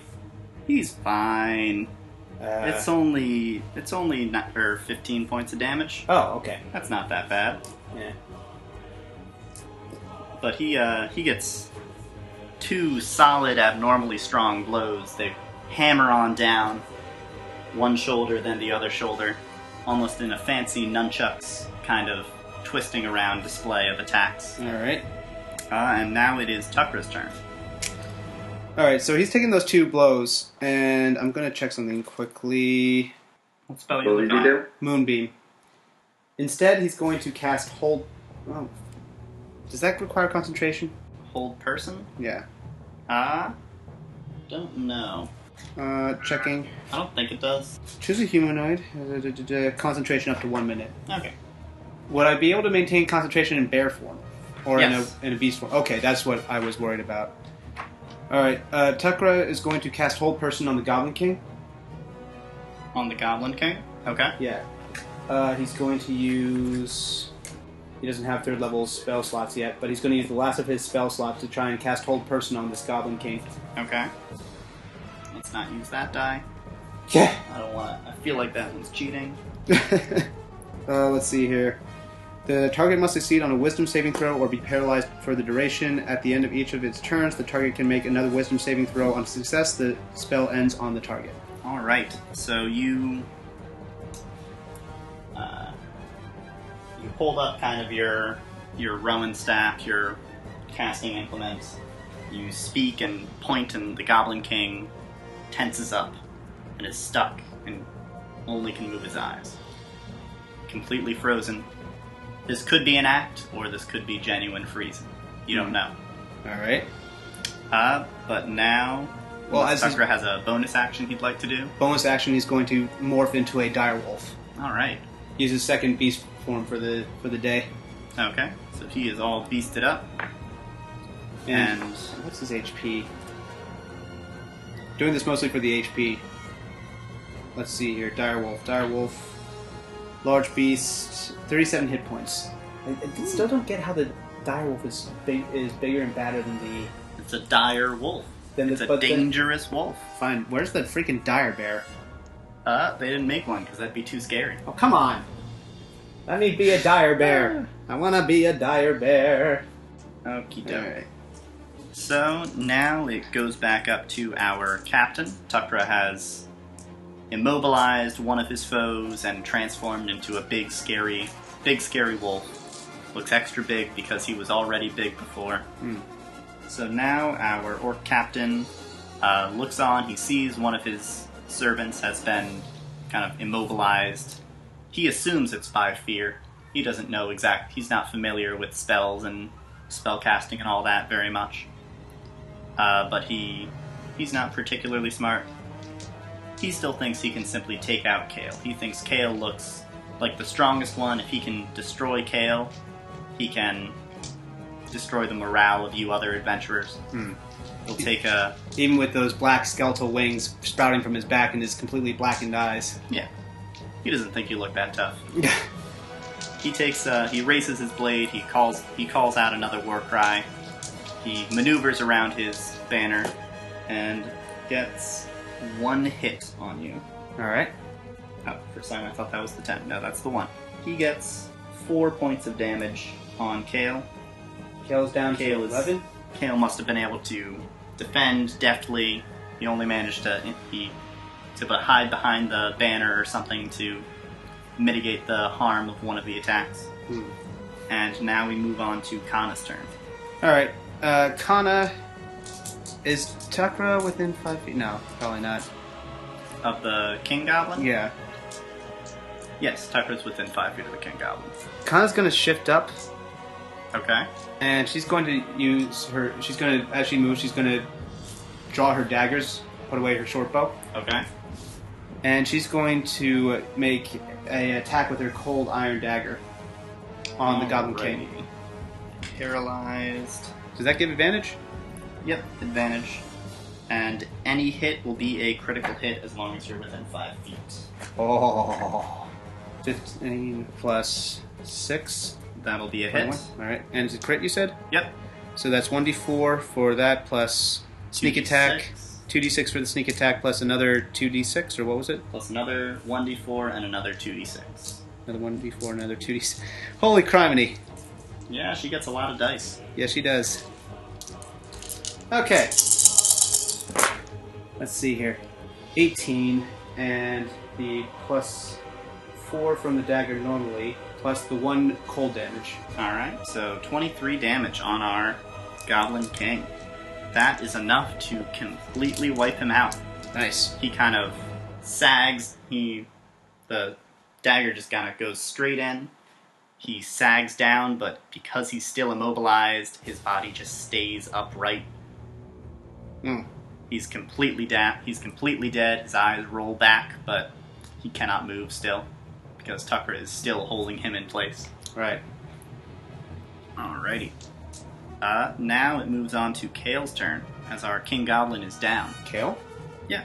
Oh yeah, he hasn't actually attacked yet, has he? Alright, so Kale, he's going to try and do a vault off of the, he's still going for the high, like, Thor smash. Okay.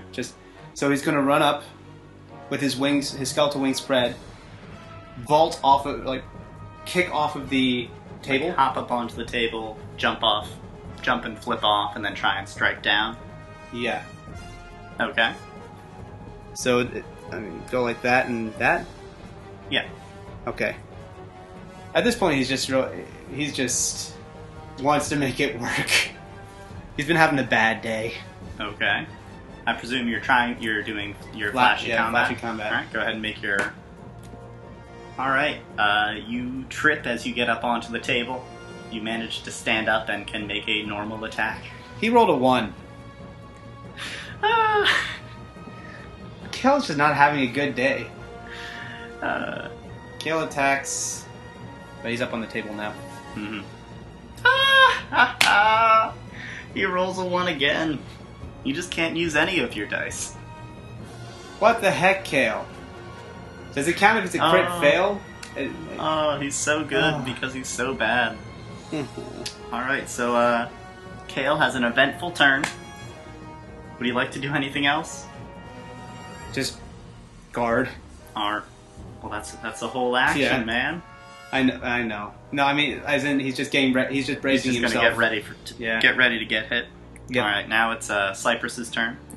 All right, Cypress is going to use a spear attack on the big goblin. Okay. All right, let's see if the orange die feels like actually rolling well. 18. All right. That is enough to hit our large goblin. All right, that's a 1d8. So that's 3 plus 4 for 7 damage. Alrighty. Follow up with her bonus attack. Martial arts. That's a 16 plus 6. It's 22. That'll be another hit. Go ahead, roll that damage. Alright, so that's a 1d4 plus 4. Max damage, 8. Alright, our big goblin is out. Alright. He's kind of dispirited and despondent. His king has just been slain in front of him, and unexpectedly he gets speared in the gut and punched in the face, and he is down and out. The orc is scoffing and disappointed in all his followers, and bolts out a big belly laugh, challenging all of you to try and take him. Okay. It is now Tucker's turn. We got a scary doggo here. The dire wolf barks and lunges over the table, trying to use its bite attack and its pack tactics on the orc king, or the orc captain. Has advantage on attack rolls against a creature if at least one of the wolf's allies is within 5 feet of the creature and isn't incapacitated. Alright, so you've got advantage. Come on, Tuckra. Let's do some work. I'll take the 11. Alright. And the bites is at a plus 5 to hit, so that's 16. That is not enough to make it through our orc captain's strong defenses. Yeah, I thought so. Does he have multi-attack or just single attack? Just single attack. And if the target is a creature, it must succeed on DC. Thing. Yeah. Alright, so it comes back up to our captain. Our captain now looks and he's dismissive of this snarling wolf in front of him. He draws up his sword and Dude, I think that down. I think this guy could match Iron Ball's Gringle in terms of just cojones. 'Cause seriously, man. Yeah, definitely. He's got this. He's got no problem. He can take out four adventurers. Alright.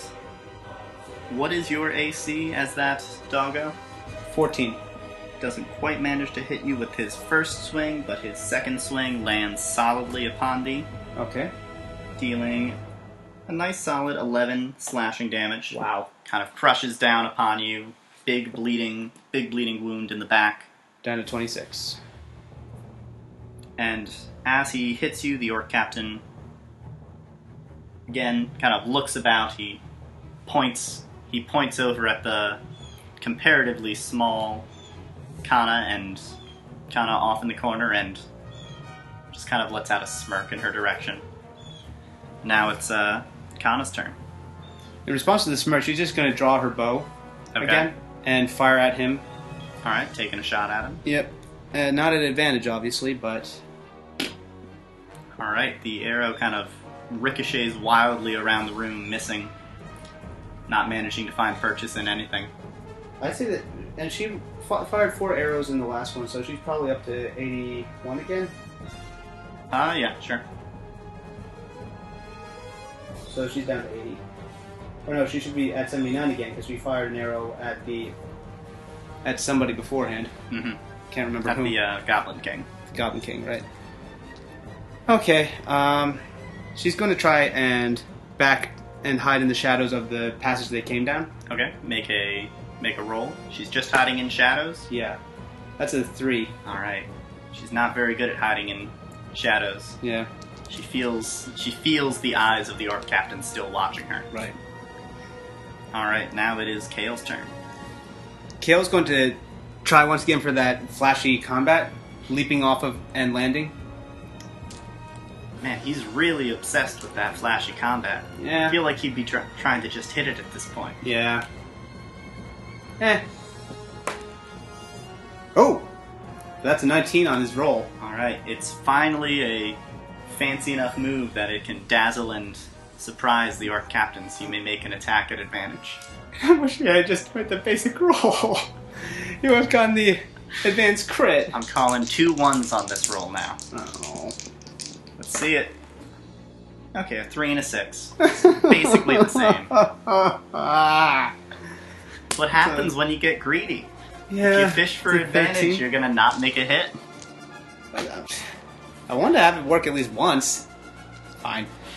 Okay. Yeah, that didn't work out. Alright, now it's Cypress. Alright, Cypress is going to shift around 2, 3, 4 and attack him from this side. Alright, go ahead and make an attack. Alright. 18. That'll be a hit. Alright. Alright, let's see. This is a key hit. 1d8. That's 6 damage in total. Okay. And she's going to spend one of her last key points. She's got one more after this. Okay. She's gonna take her flurry of blows. Alright, make 2 attacks. A nat 20 and a 17. Alright. So go ahead and roll on both of those. Alright, so on the first one, the nat 20, that's a 1d4. Let's That's see 2d4 how then, badly right? this goes. It's 2d4? Yes. So that's 4 damage 4 plus 4 is 8 damage. 8, and then 1 more d4. 3 damage plus So 4 is 15 7. damage. Alright, so how would you like to kill this orcish captain? She's... Okay, so... I just imagined from... what was that Jet Li film where he plays Huo Jinta? Invincible? No, it's not invincible, is it? What was it? I don't know, but Hero? just describe the scene. So she comes in with a spear strike and dodges, and then does the first hit kill him or the second? Whichever one you'd like. Okay. You only So- needed 1 more hit there, Okay. so it can be whichever hit you like is the one that did the final bit. So the spear strike comes in, and the orc trying to be really just stalwart and trying to fight back. He comes in with a swing, and she dodges back. She spins back and winds up. Does the whole moving wind up with her hands. Yeah. Palm heel strikes the base of her spear, which is still stuck in the orc, sending it through Shoving his it body. right back in. Nice. And then she vaults for her second strike.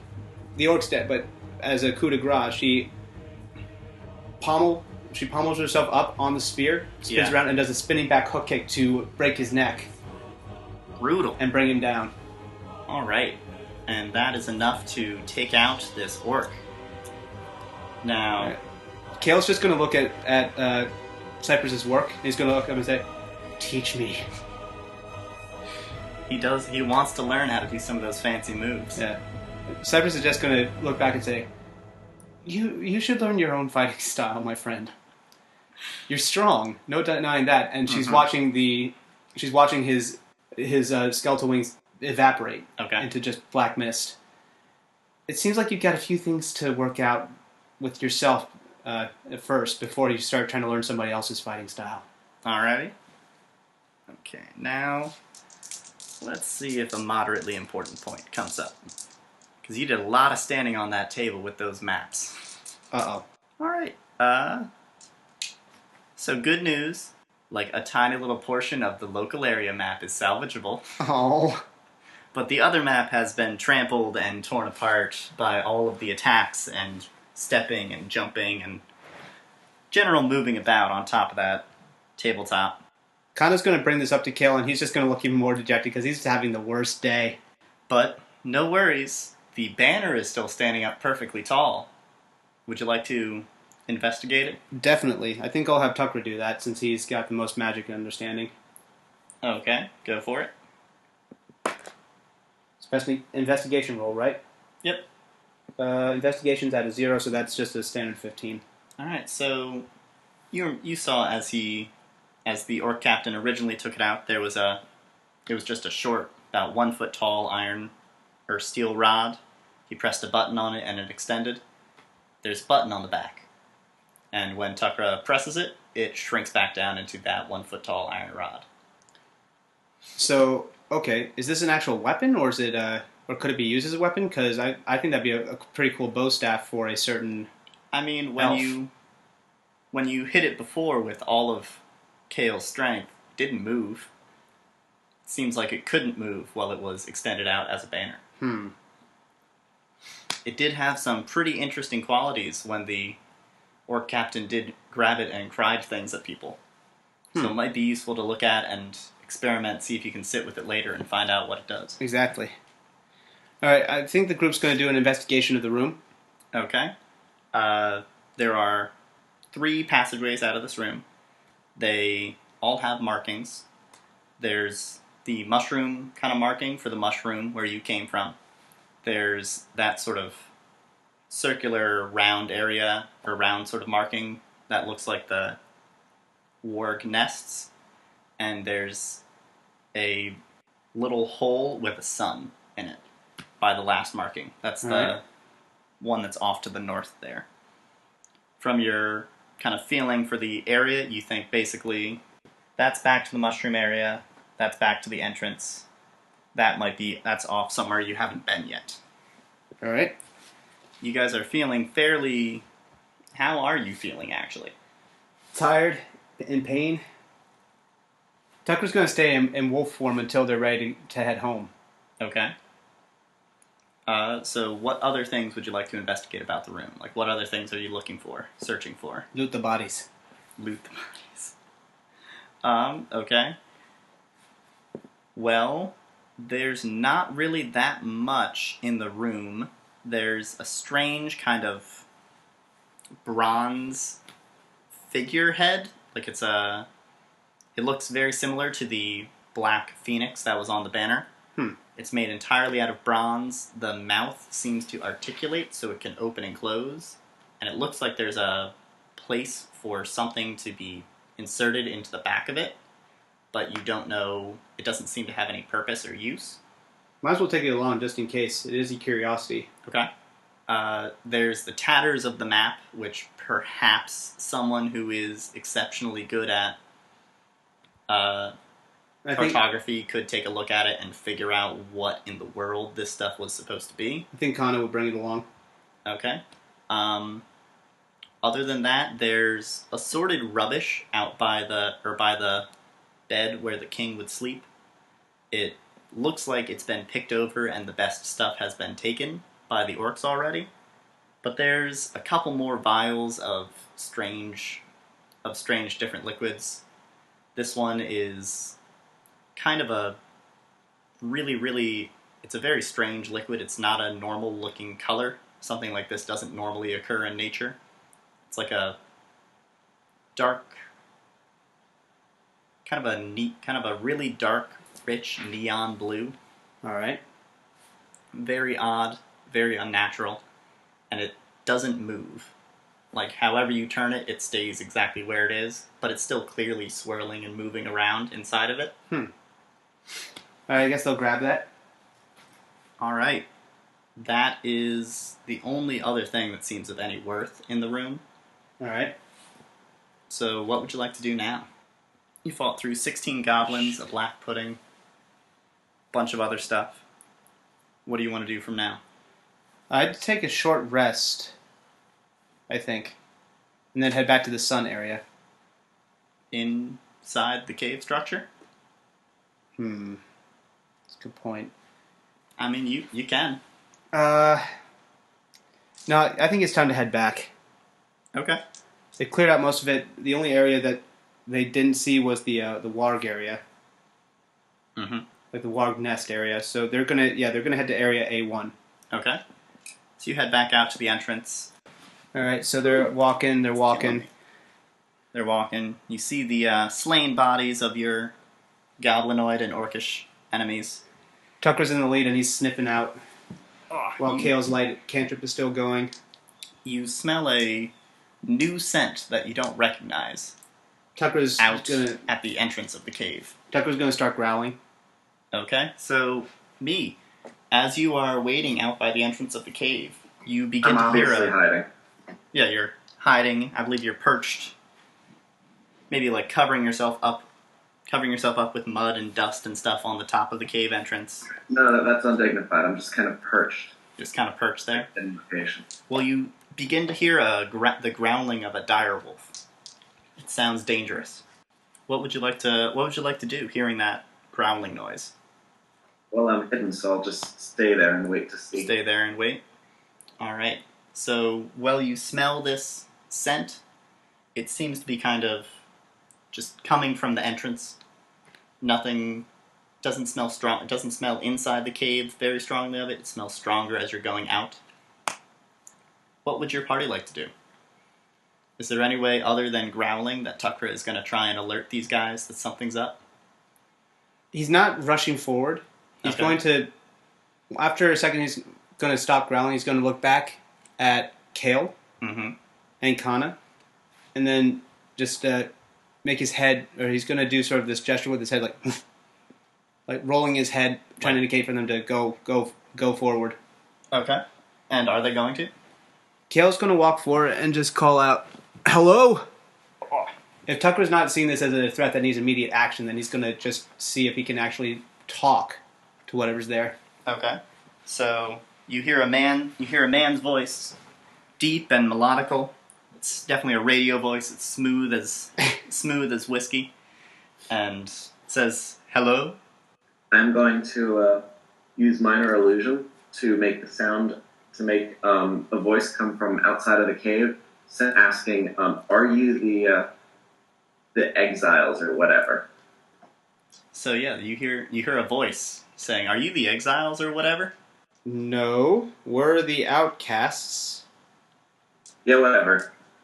I'm going to use dancing lights. Okay. To create 4 lights that will descend from the trees. Do you have any particular desire for what kind of color or sort of look these lights have? They'll just be shimmering rainbow. Alright, so you see these beautiful shimmering rainbows descend down at the entrance of the cave. Roughly where you heard that voice come from. At this point, everybody's just going to move forward. Okay. And Tucker's going to be smelling at the lights, because they're obviously it's just little balls of light. Mm-hmm. He's curious, and also he's the druid, so he's used to seeing stuff like fairy fire and whatnot. Okay. I will have them all coalesce into a humanoid form. Alright. So you see them kind of swirl and move together, and they spread out into this human-esque shape. It looks... And then I'm going to Misty Step into the form and dispel it. It looks almost divine. It's this strange, opalescent, shimmering rainbow light show. And then it just suddenly drops and disappears, and there's this tattercloaked crowman, or tattercloaked birdman. Oh, he's an Arakocra, or is he... He's an Arakocra, yeah. Oh.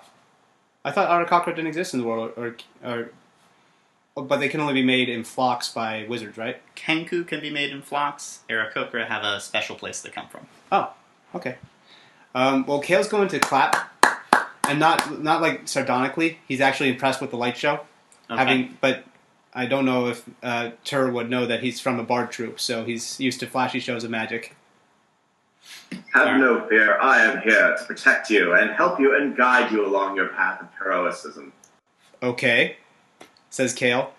Kana's going to roll her eyes. I just think, oh great, another showman. Tucker's ears are just perked up, and he's got sort of it's like that look that you see when a wolf something catches a dog with triangle ears. Yeah. It's that look when one of them their ears just perk up and they kind of just tilt their head at something. Mm-hmm. Just like they're trying to they're trying to figure out what's going on. So who is the true hero here? Which one of you? Kale's gonna look over at Cypress, and Cypress is just gonna look back and say, "Oh, don't throw me under this wagon." I feel like Kale would totally step up and say, "I'm the true hero." He's not feeling like a hero today. That's true. How do each of them look? Kale is definitely looking pretty poor. He's been beaten on. He's been hurt. He's also covered in his enemy's blood. Yeah, he's got like he's got bits of dried blood. He's got bits of like innards and stuff on him. Let's see, Cypress. She still looks pretty burnt up and kind of dissolved slightly from the encounter with the black pudding. Tukra is covered, even as a dog still, he's covered in bits and pieces of fungus and spores and mushrooms from all the mushrooms he charged through. Kind of looks pretty alright. She looks worse for wear, but she manages to keep herself kind of tidy and presentable. As the most arrogant person here, you must be the hero, Madame. Ooh, that's an interesting choice. He's saying Kana's the most arrogant-looking person here, since she's still the most presentable. All right, She's the hero. Kana's gonna look taken aback. What did you call me? The hero of the group. These must clearly be your sidekicks. You called me arrogant. Yes. That is one of the traits of heroes. Arrogance. I don't like you. And she's just gonna walk past him out the cave. And Right. Kale's gonna look between them, and then he's gonna just follow Kana because he's tired and is also trying to, it's his girlfriend. It's kind of, yeah. Tucker's gonna look, just sneeze at Tur, lift his tail up in the air, and just walk and just trot past them. Cypress is just gonna shrug and follow along because new to the group. Yeah, she doesn't know what's going on. What would Tur like to do? They've all kind of walked past the mentor. Tur will follow and say, "You must be off to go save the town from further works." Ooh, he somehow knows your mission. Uh, Perhaps he was sent by Baron, you think? Possibly. That is going to give Kana pause. But she's going to say, "Did you come from Foresthome?" I came from a faraway land where I used to be an adventurer like you till I take a ballista bolt to my knee. Then I tap my fake peg leg. Okay. Kale's eyes are going to sparkle a little bit because he always does enjoy a good story. But Kana is just, I mean, as of today or yesterday or your most recent departure point, was that Foresthome? It was a crappy little farmhouse that I've heard you guys inhabit. You guys really need to work on it. It's not befitting of a hero. Okay, I'm leaving now. We'll get on that. We'll get on that as soon as the orcs are no longer a threat. And now Kana's just double timing it back the way she came. She's like, Okay. Nope, I'm done. This guy is rude. He's insulting our home. Our. I mean, to be fair, your home is a big mess right now. Well, that's not by choice. It used to be a goblin pit. Hey, he's still speaking truth. That's also what pisses Kana off. Alright, so Kana's heading off. I presume Kale would follow along with her. Yeah. Slightly sad puppy dog eyes, even though, because he wants to listen to the story. He's more just grinning. There are a lot of injured people in the party, Yeah? so I'll help some of them along. Okay. Actually, Kale's just grinning because he loves the fact that this guy's able to rile Kana up because very few people can do that. Kale actually kind of likes this guy. Well, yeah. So while they're moving and while Tur's trying to help out, he's going to say, "So, what's your name?" Kana's going to look back and give Kale a glare because she did not want him to instigate actual conversation with this weird eagle man who suddenly appeared out of nowhere. I am Tur Nandoi, professional mentor to the heroics, to the heroes of the land. Well, Tur, nice to meet you. I'm Kale. The grumpy woman who you've been trying to talk to is Kana. And once again, Kana's just going to glare at at Kale and then turn around and keep walking. The direwolf there is Tukra. You'll probably meet him in his actual form in about, I guess, an hour or so. And over here is Cypress. She's new to the group as well. And Kana's going to yell back, "We didn't agree for him to be in the group!" Well, all I needed to do was sign your contract, and there was nothing to say that it wasn't, that I didn't join your party as soon as I signed. Kana's going to swear under her breath. She'd forgotten she left the contracts out where anybody could find them. Speaking of which, you were a terrible, terrible hero. You should really escort your hirelings back to town before you go on an adventure. Okay, stop. Especially with orcs Stop. around. Stop right now. They are not hirelings. They are my team. We are teammates. There is no leader among us. We each pull our own weight. And that is why you forged on ahead and they all followed? They forged on ahead because they're all tired. We're all tired and injured, and we want to go home and rest before the orcs come and try and hurt our friends back home. Except for you, madam. That's why you're the hero. I have got a gut wound the size of my... And she's lost for words. And she pulls up her leather armor so she can show that, yeah, she's actually at low HP right now. Well, that is a I didn't heroic realize move. you were blue. That's right, you didn't put makeup I on know. her stomach. She realizes that, and she swears to every god that she can think of in the pantheon.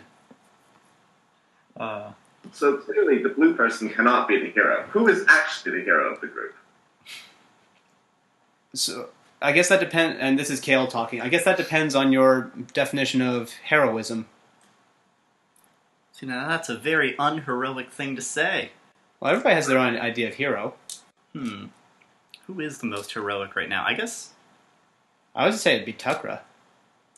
Yeah, but Tucker's a wolf. Yeah, but he's the a wolf animal right companion of the hero. Yeah, so I guess that leaves Cypress, really. Kale's, actively saying he's not the hero. Kana can't be the hero because she's blue. Blue people can't be heroes. So it's gotta be the elf. At this point, actually, Tukra is hoping to weigh on the conversation, so he would actually morph back into a 7-foot tall Goliath form at 15 HP. Does he do it heroically? Does he just put on a show? He's going to yawn, and as he does so, he's going to slowly just rise up as if it's almost like he's turning into a werewolf. Okay. But then it all sort of shrinks back, and he rolls his shoulders, cracks his neck. He's just like, oh, that's better. Of course, he says that, but he's also covered in sword wounds. Yeah, obviously. This must be a beast of burden. What? Well, you are good at carrying things. No, actually, Tucker's not the best at carrying things. He can't carry more than Kale. He can carry more than Kale. He counts as carrying. Oh, right. He can carry twice as much as he's supposed to carry. You're right. But yeah, so Tucker's just going to glare. I don't see many of you skinny little Arakakra out of the mountains. That's because we're generally not out. We're not adventurers normally. But I sadly took an arrow to the knee, or crossbow bolt, or ballista, that was the one I left with. Ballista to the knee. And I had to become a mentor. But there aren't very many heroes up there, so I can't find good people to mentor up there. All right. This one's all yours, Kale. And he actually jogs to catch up with Kana. All right, so now it's Kale and Cypress. Kale's just gonna... I guess... Cypress? I told you, don't put me under this wagon wheel! And now she's gonna run up to catch up with the others, so Kale's just left alone with this eagle man. He says, well, I guess I'm your hero. Clearly, you're the only one who's brave enough to stand and listen to my mentoring. You know what I'm getting an image of now? Yeah. Excalibur from Soul Eater. I don't quite remember. I don't quite recall Excalibur. We'll watch an episode of Soul Eater with him in it, and you'll be reminded. Okay. All right. So, would you like to continue chatting? Hear his heroics. Tell about your heroics, perhaps. All right. Yeah. I guess as they're moving back to the town, Kale and Tur would just start hitting it off and gabbing about what's expected, what each of them has done, what the group has done. Kale will try and regale Tur with stories of their adventures. Tur is actually going to listen mostly to the stories. He's not going to tell his own because it's not the mentor's place to tell his own stories. Yeah, you don't want to show up your aspiring heroes with your great heroics. Exactly. Completely. Alright, so as the party is continuing, they're taking their time. Nothing significant happens as you're traveling. You don't notice any animals off in the woods or any monsters around. You manage to make the trip back to the Outcasts' house without any worries. Would you like to stop at the house, or would you like to continue straight to Foresthome? I think they're going to just move to Foresthome. They know there's not really much there, and besides, it'd be better to catch up with the town, see how things are going. Okay. As they pass by, I say, boy, this is exactly why your Kana cannot be a hero. She just completely forgot about the person that she left in her house. Kana's going to stop. Who was in the house? We didn't leave anybody there. Everybody was gone when we left. The person who gave me the contract. They just left her in the house. Kana's going to drop her bags and run in. She's going to check to see if Evelyn is still here. She's yelling for Evelyn, yelling for seeing who's in Fortunately, this. after she runs in, I'll say, fortunately, I was a good mentor, and I made sure to walk her back to town. Kale's going to interject and say, oh, no. See, the problem is that when we left the house to go to the caves, nobody was in there. We left it and locked up. Nobody was there. So I guess whoever was there had a key. Well, of course. You gave them keys. Yeah. No, so that's why, they know most likely who it was. Kana's going to walk out, I'm guessing, after finding that nobody's there. Yeah. And she's just going to grab her pack and storm off again because she really does not like Tur right now. Alright, so you guys have cleared up that little misunderstanding. You're heading back to town. Mm-hmm. Alright, let's see if anything spectacular happens on our way back. Alright. Again, that's nothing. My pygmy checking in. Every so often checks in. Oh, okay. Would be miling. With your... checking on the orcs still? Yep. Alright, so they have... So after a little while, they've come to a stop somewhere fairly deep out into the plains. It's well out of eyesight. They're kind of making a camp in a little valley between two of the taller hills in the plains area, and they're setting up, waiting for nighttime. The sun has begun to set. It's starting to get dark out, and by the time you would get back to the town, it would be decently into nighttime, maybe midnight or a little bit later. Would you like to? You still would like to press on, make it to town? Yeah. All right. Kale will trigger his cantrip once again to illuminate their path. All right. So you get some light. You keep traveling. You can see the wall has basically been completed. There's routinely there are kind of spiked barricades set outside of it. There's now a tower being erected at what looks to be at the center of the town to get eyesight looking out and about, a vision point. And there are big fires in the town set to kind of keep light, get things able to be seen. As you are going along the road, who would be going ahead for you? Who would be in the front?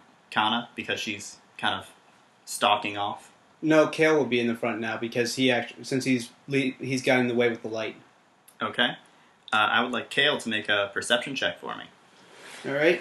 Does his dark vision help at all with that? Yeah, lets him do it at... Well, he also has his light up, but right. He's able to do it at not disadvantage. Okay. So, Kale's perception. Where is it? Somewhere. Oh, +2. Okay. All right. 14. So as you're going along the road, Kale is able to cry out, "Stop! Wait!" And you notice a strange divot in the ground.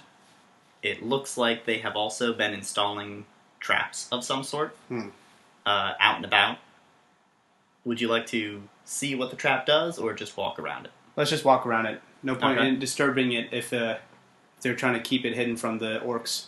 All right, so everybody kind of walks around. You know to be a little more careful now. There's stuff out here. And you kind of keep an eye out for them. Everyone's looking. So you manage to avoid any more traps. You get to town, and there's a wall now. You can't just walk in. All right, Kale's going to shout out in his best performance voice. Hello! Somebody calls back. They say, "Hey, is that Kale? What are you doing out? What are you doing outside of the wall? Where have you been?" We just came back from clearing out the goblin burrow.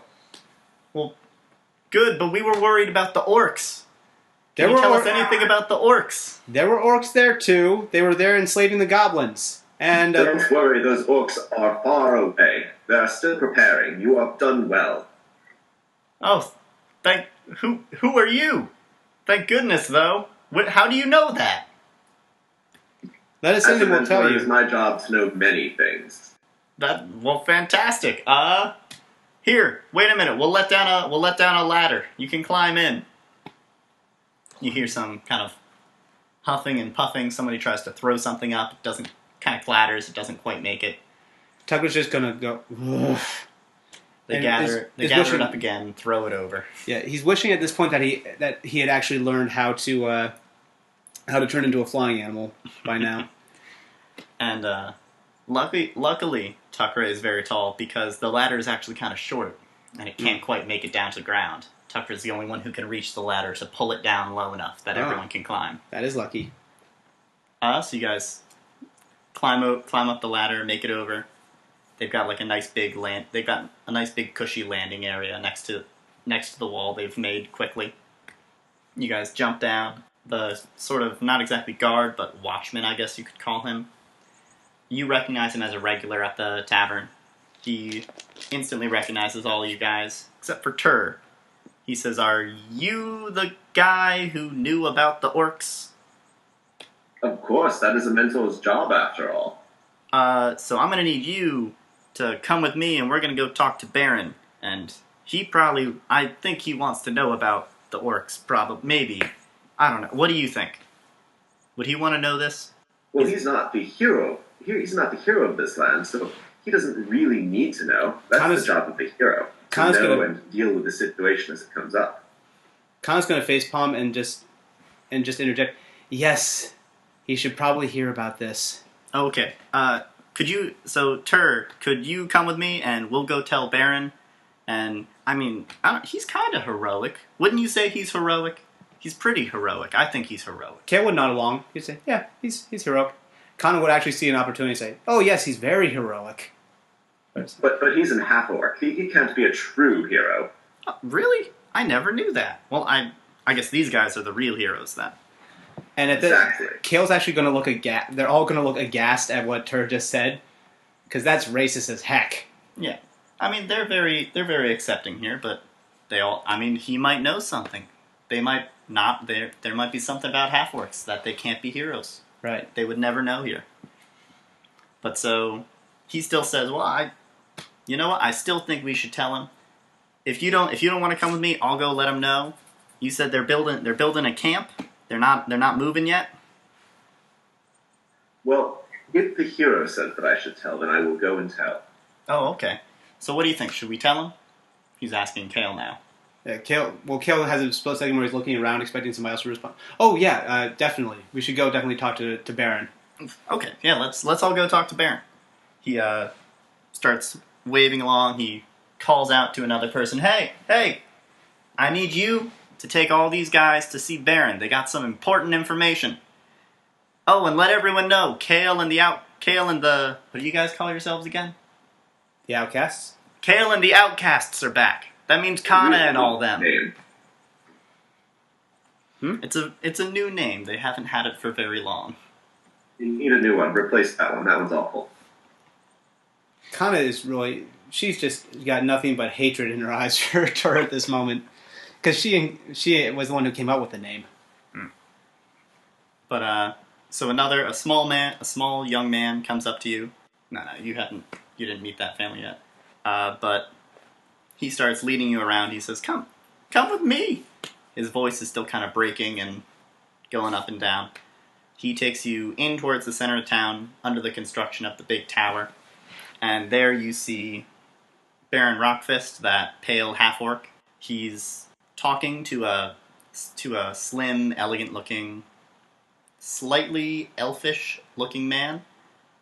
About 1.5 feet shorter than he is, but they're both kind of talking very frankly. You see Hadrim and Cornish are both there as well. They're kind of standing nearby, nodding, listening to Baron and this other person. The young boy runs up and says, "Baron, the the heroes are back, and there's a bird man here with news." Oh, your prepubescent voice makes me laugh. Oh boy, that's a good one. He points over to you guys, and Baron waves you over. The other man just kind of looks coolly at you guys. You haven't seen this man before. He exudes a certain kind of calm strength, but you don't recognize him at all. He looks a little bit like Baron, but only as much as a 5'4" human could look like a 7'6" half orc. Well, if he's actually half elf, then maybe they have a parent in common. Perhaps you'd have to ask. Yeah. In which case, if they're humans, their dad, then man, that guy gets around. It's a very, very different walks of life. All right.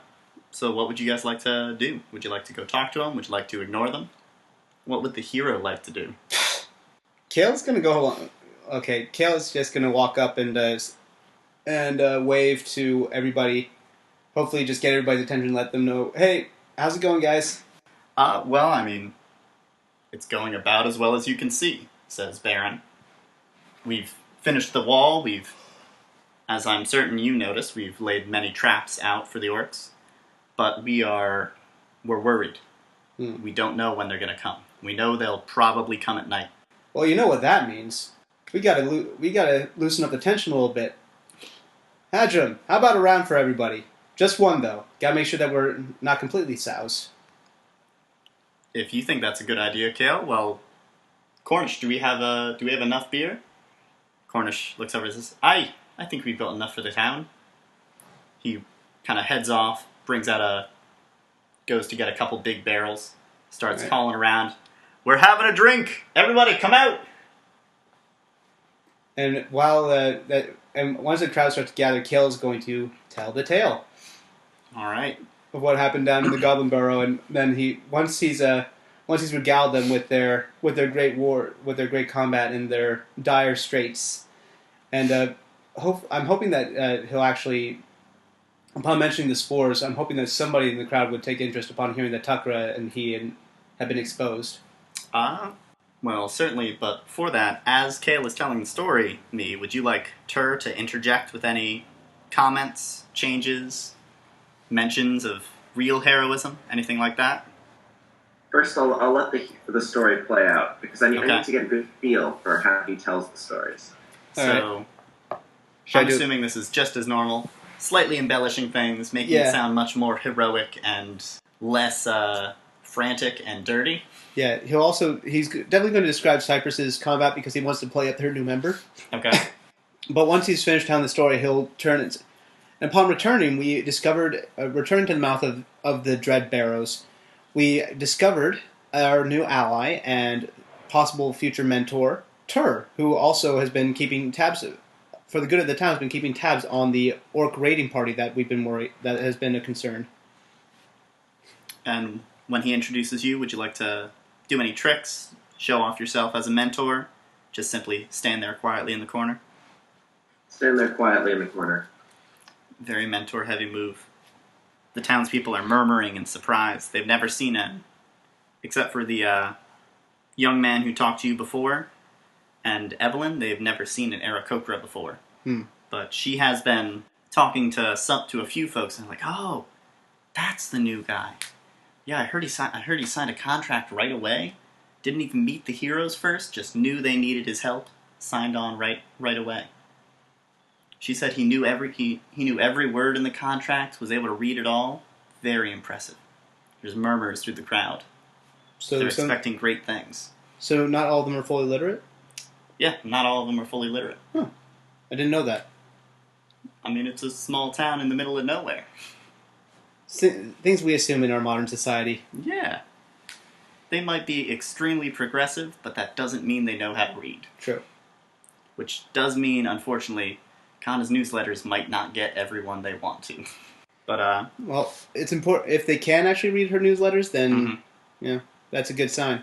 Well, after you finish telling your story, Baron and the elvish-looking man next to him kind of disperse the crowd. They give a little, like, oh, in celebration of this great victory, we're all offering. We're gonna have a drink. We're gonna celebrate. We believe we're well defended. We can withstand this orcish offense. Now that our great heroes are returned. Sort of disperse the crowd. Cornish and Hadrim are gonna move out, start serving, start doing that sort of stuff. Evelyn is gonna come up as well. She wants to talk to Kana, explain what went on in her absence. While they're talking, anybody who's watching is just going to see that Kana's constantly pinching the bridge of her nose, just annoyed. Yeah. However, not at Evelyn. Evelyn will bring out a small coin purse and hand it to Kana. Oh. She'll be like, oh yeah, I followed your instructions. I sold the goods at a reasonable but expensive price. And we made a solid bit of gold. This will probably keep us in work for maybe a week or so. We will have to get new supplies out of it. That might make a small cut. But once this is all over, we'll have made out quite nicely. She is turning out to be a very shrewd businesswoman. Indeed. Well, Kana's also going to say, well, she's going to add to that, well, that's an advantage of having two people wise in the way of hunting, looking over at Tukra and Cypress. So, as that conversation is happening, Baron goes to talk to Tur. He wants to know how exactly Tur knows about the Orcish movements, where he ran into them, when he ran into them, rough times, and any information you have about the time they're going to attack. If you continue getting information now, where you're getting it from, that sort of thing. A mentalist knows these things. It is the mentalist's job to be able to provide this information to the hero. Baron hears that, and, well, he doesn't quite believe that you just know. He himself has had a mentor who has somehow just known things before. He understands you probably have a secret. You probably have some way of knowing, some way you've gotten this info. But he also looks at you, he looks you up and down. You seem too shady to not be trustworthy. So he believes you. He knows that we can trust your information, that they're not moving just yet. Kale's just grinning the entire time if he's listening to this. Mm-hmm. Just think, this guy's a hoot. And, so Baron is going to continue asking you a few questions. He's going to try and get whatever information he can out of you, but from what I gather, you're basically going to give him some info, but you're not going to tell him how you know this or give him specifics, anything like that. Unless they indicate that they want to move out to try and attack the orcs, which they don't. Yeah. I'm not going to really give very much info. I just know that they're not moving at this time, roughly how far they are, and that they're definitely going to attack later in the night. Okay. So he quickly gets a sense that you're not gonna give him info the way he wants right now, but what he can get, he's happy with. Baron is talking to you. The other man, the elvish-looking man, is going to come up to Tukra and Kale, and he's going to introduce himself. He's going to say, my name is Jor-El Rockfist. You obviously know my brother, Baron. He's a very intimidating man, yes? Only upon first meeting him. Once you get to know him, he seems like a very stalwart man to know. That's true. There's very few men less sturdy than Baron Rockfist. But, I heard in your story you say you two were both exposed to spores from those strange goblins? Tucker's going to nod at this and he said, We don't. I've felt no effects as of yet, but I would rather be safe than end up with cataracts and emaciated and crawling around on all fours like the beasts that attacked us. Okay, that's good. You haven't felt any effects yet. If you do begin to feel the effects of this illness, you'll have much worse to worry about than just cataracts and starvation. You will die. You need to take care. You need to take care of this as soon as you feel the first, any of the first signs and symptoms. If you begin to feel feverish, if you start to have cravings for red meat abnormally, or if you have any sort of temptation to stay in bed, to lay about, to just do nothing, come talk to me, or come to my house by the woods. Though right now we can't exactly go to my house. It's outside the wall. If you start to feel any of those symptoms, you'll need my help. We will do that. Thank you, Jor-El. All right.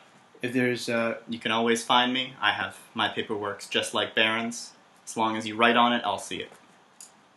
Understood. Kale's going to just ask one quick question. Jor-El, sorry. I know we're all getting ready for this, but so we can't do anything about it until symptoms actually start to appear? Or there's no countermeasures that can be taken before we start to feel feverish or sick? We wouldn't want to use the countermeasures if you're not actually sick. That's fair. If you're not actually sick, the countermeasures might actually be worse for you than the illness. That's a fair point. Too much of a good thing, right? That's one way to put it. So he kind of gives you both a worried look over and walks off. All right. He's moving out towards the edge of town. Looks like he's actually planning on leaving.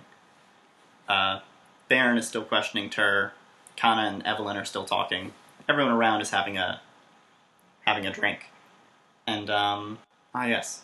After Baron finishes up talking to Tur, he calls around for all of you again. He looks about for his brother, but doesn't see him. Just kind of shrugs and says, "Well, I have one more thing to speak to you about. Well, my brother Jor-El was the one to see the orcs. He's been tracking their movements for me. His observations line up with your information, Tur. And other than that, he's also noticed a few of the farmers from the Green Farm have gone missing in the past couple days. And he was planning on investigating that. I don't remember, but you have some connection to the Greens, yes?" Which person?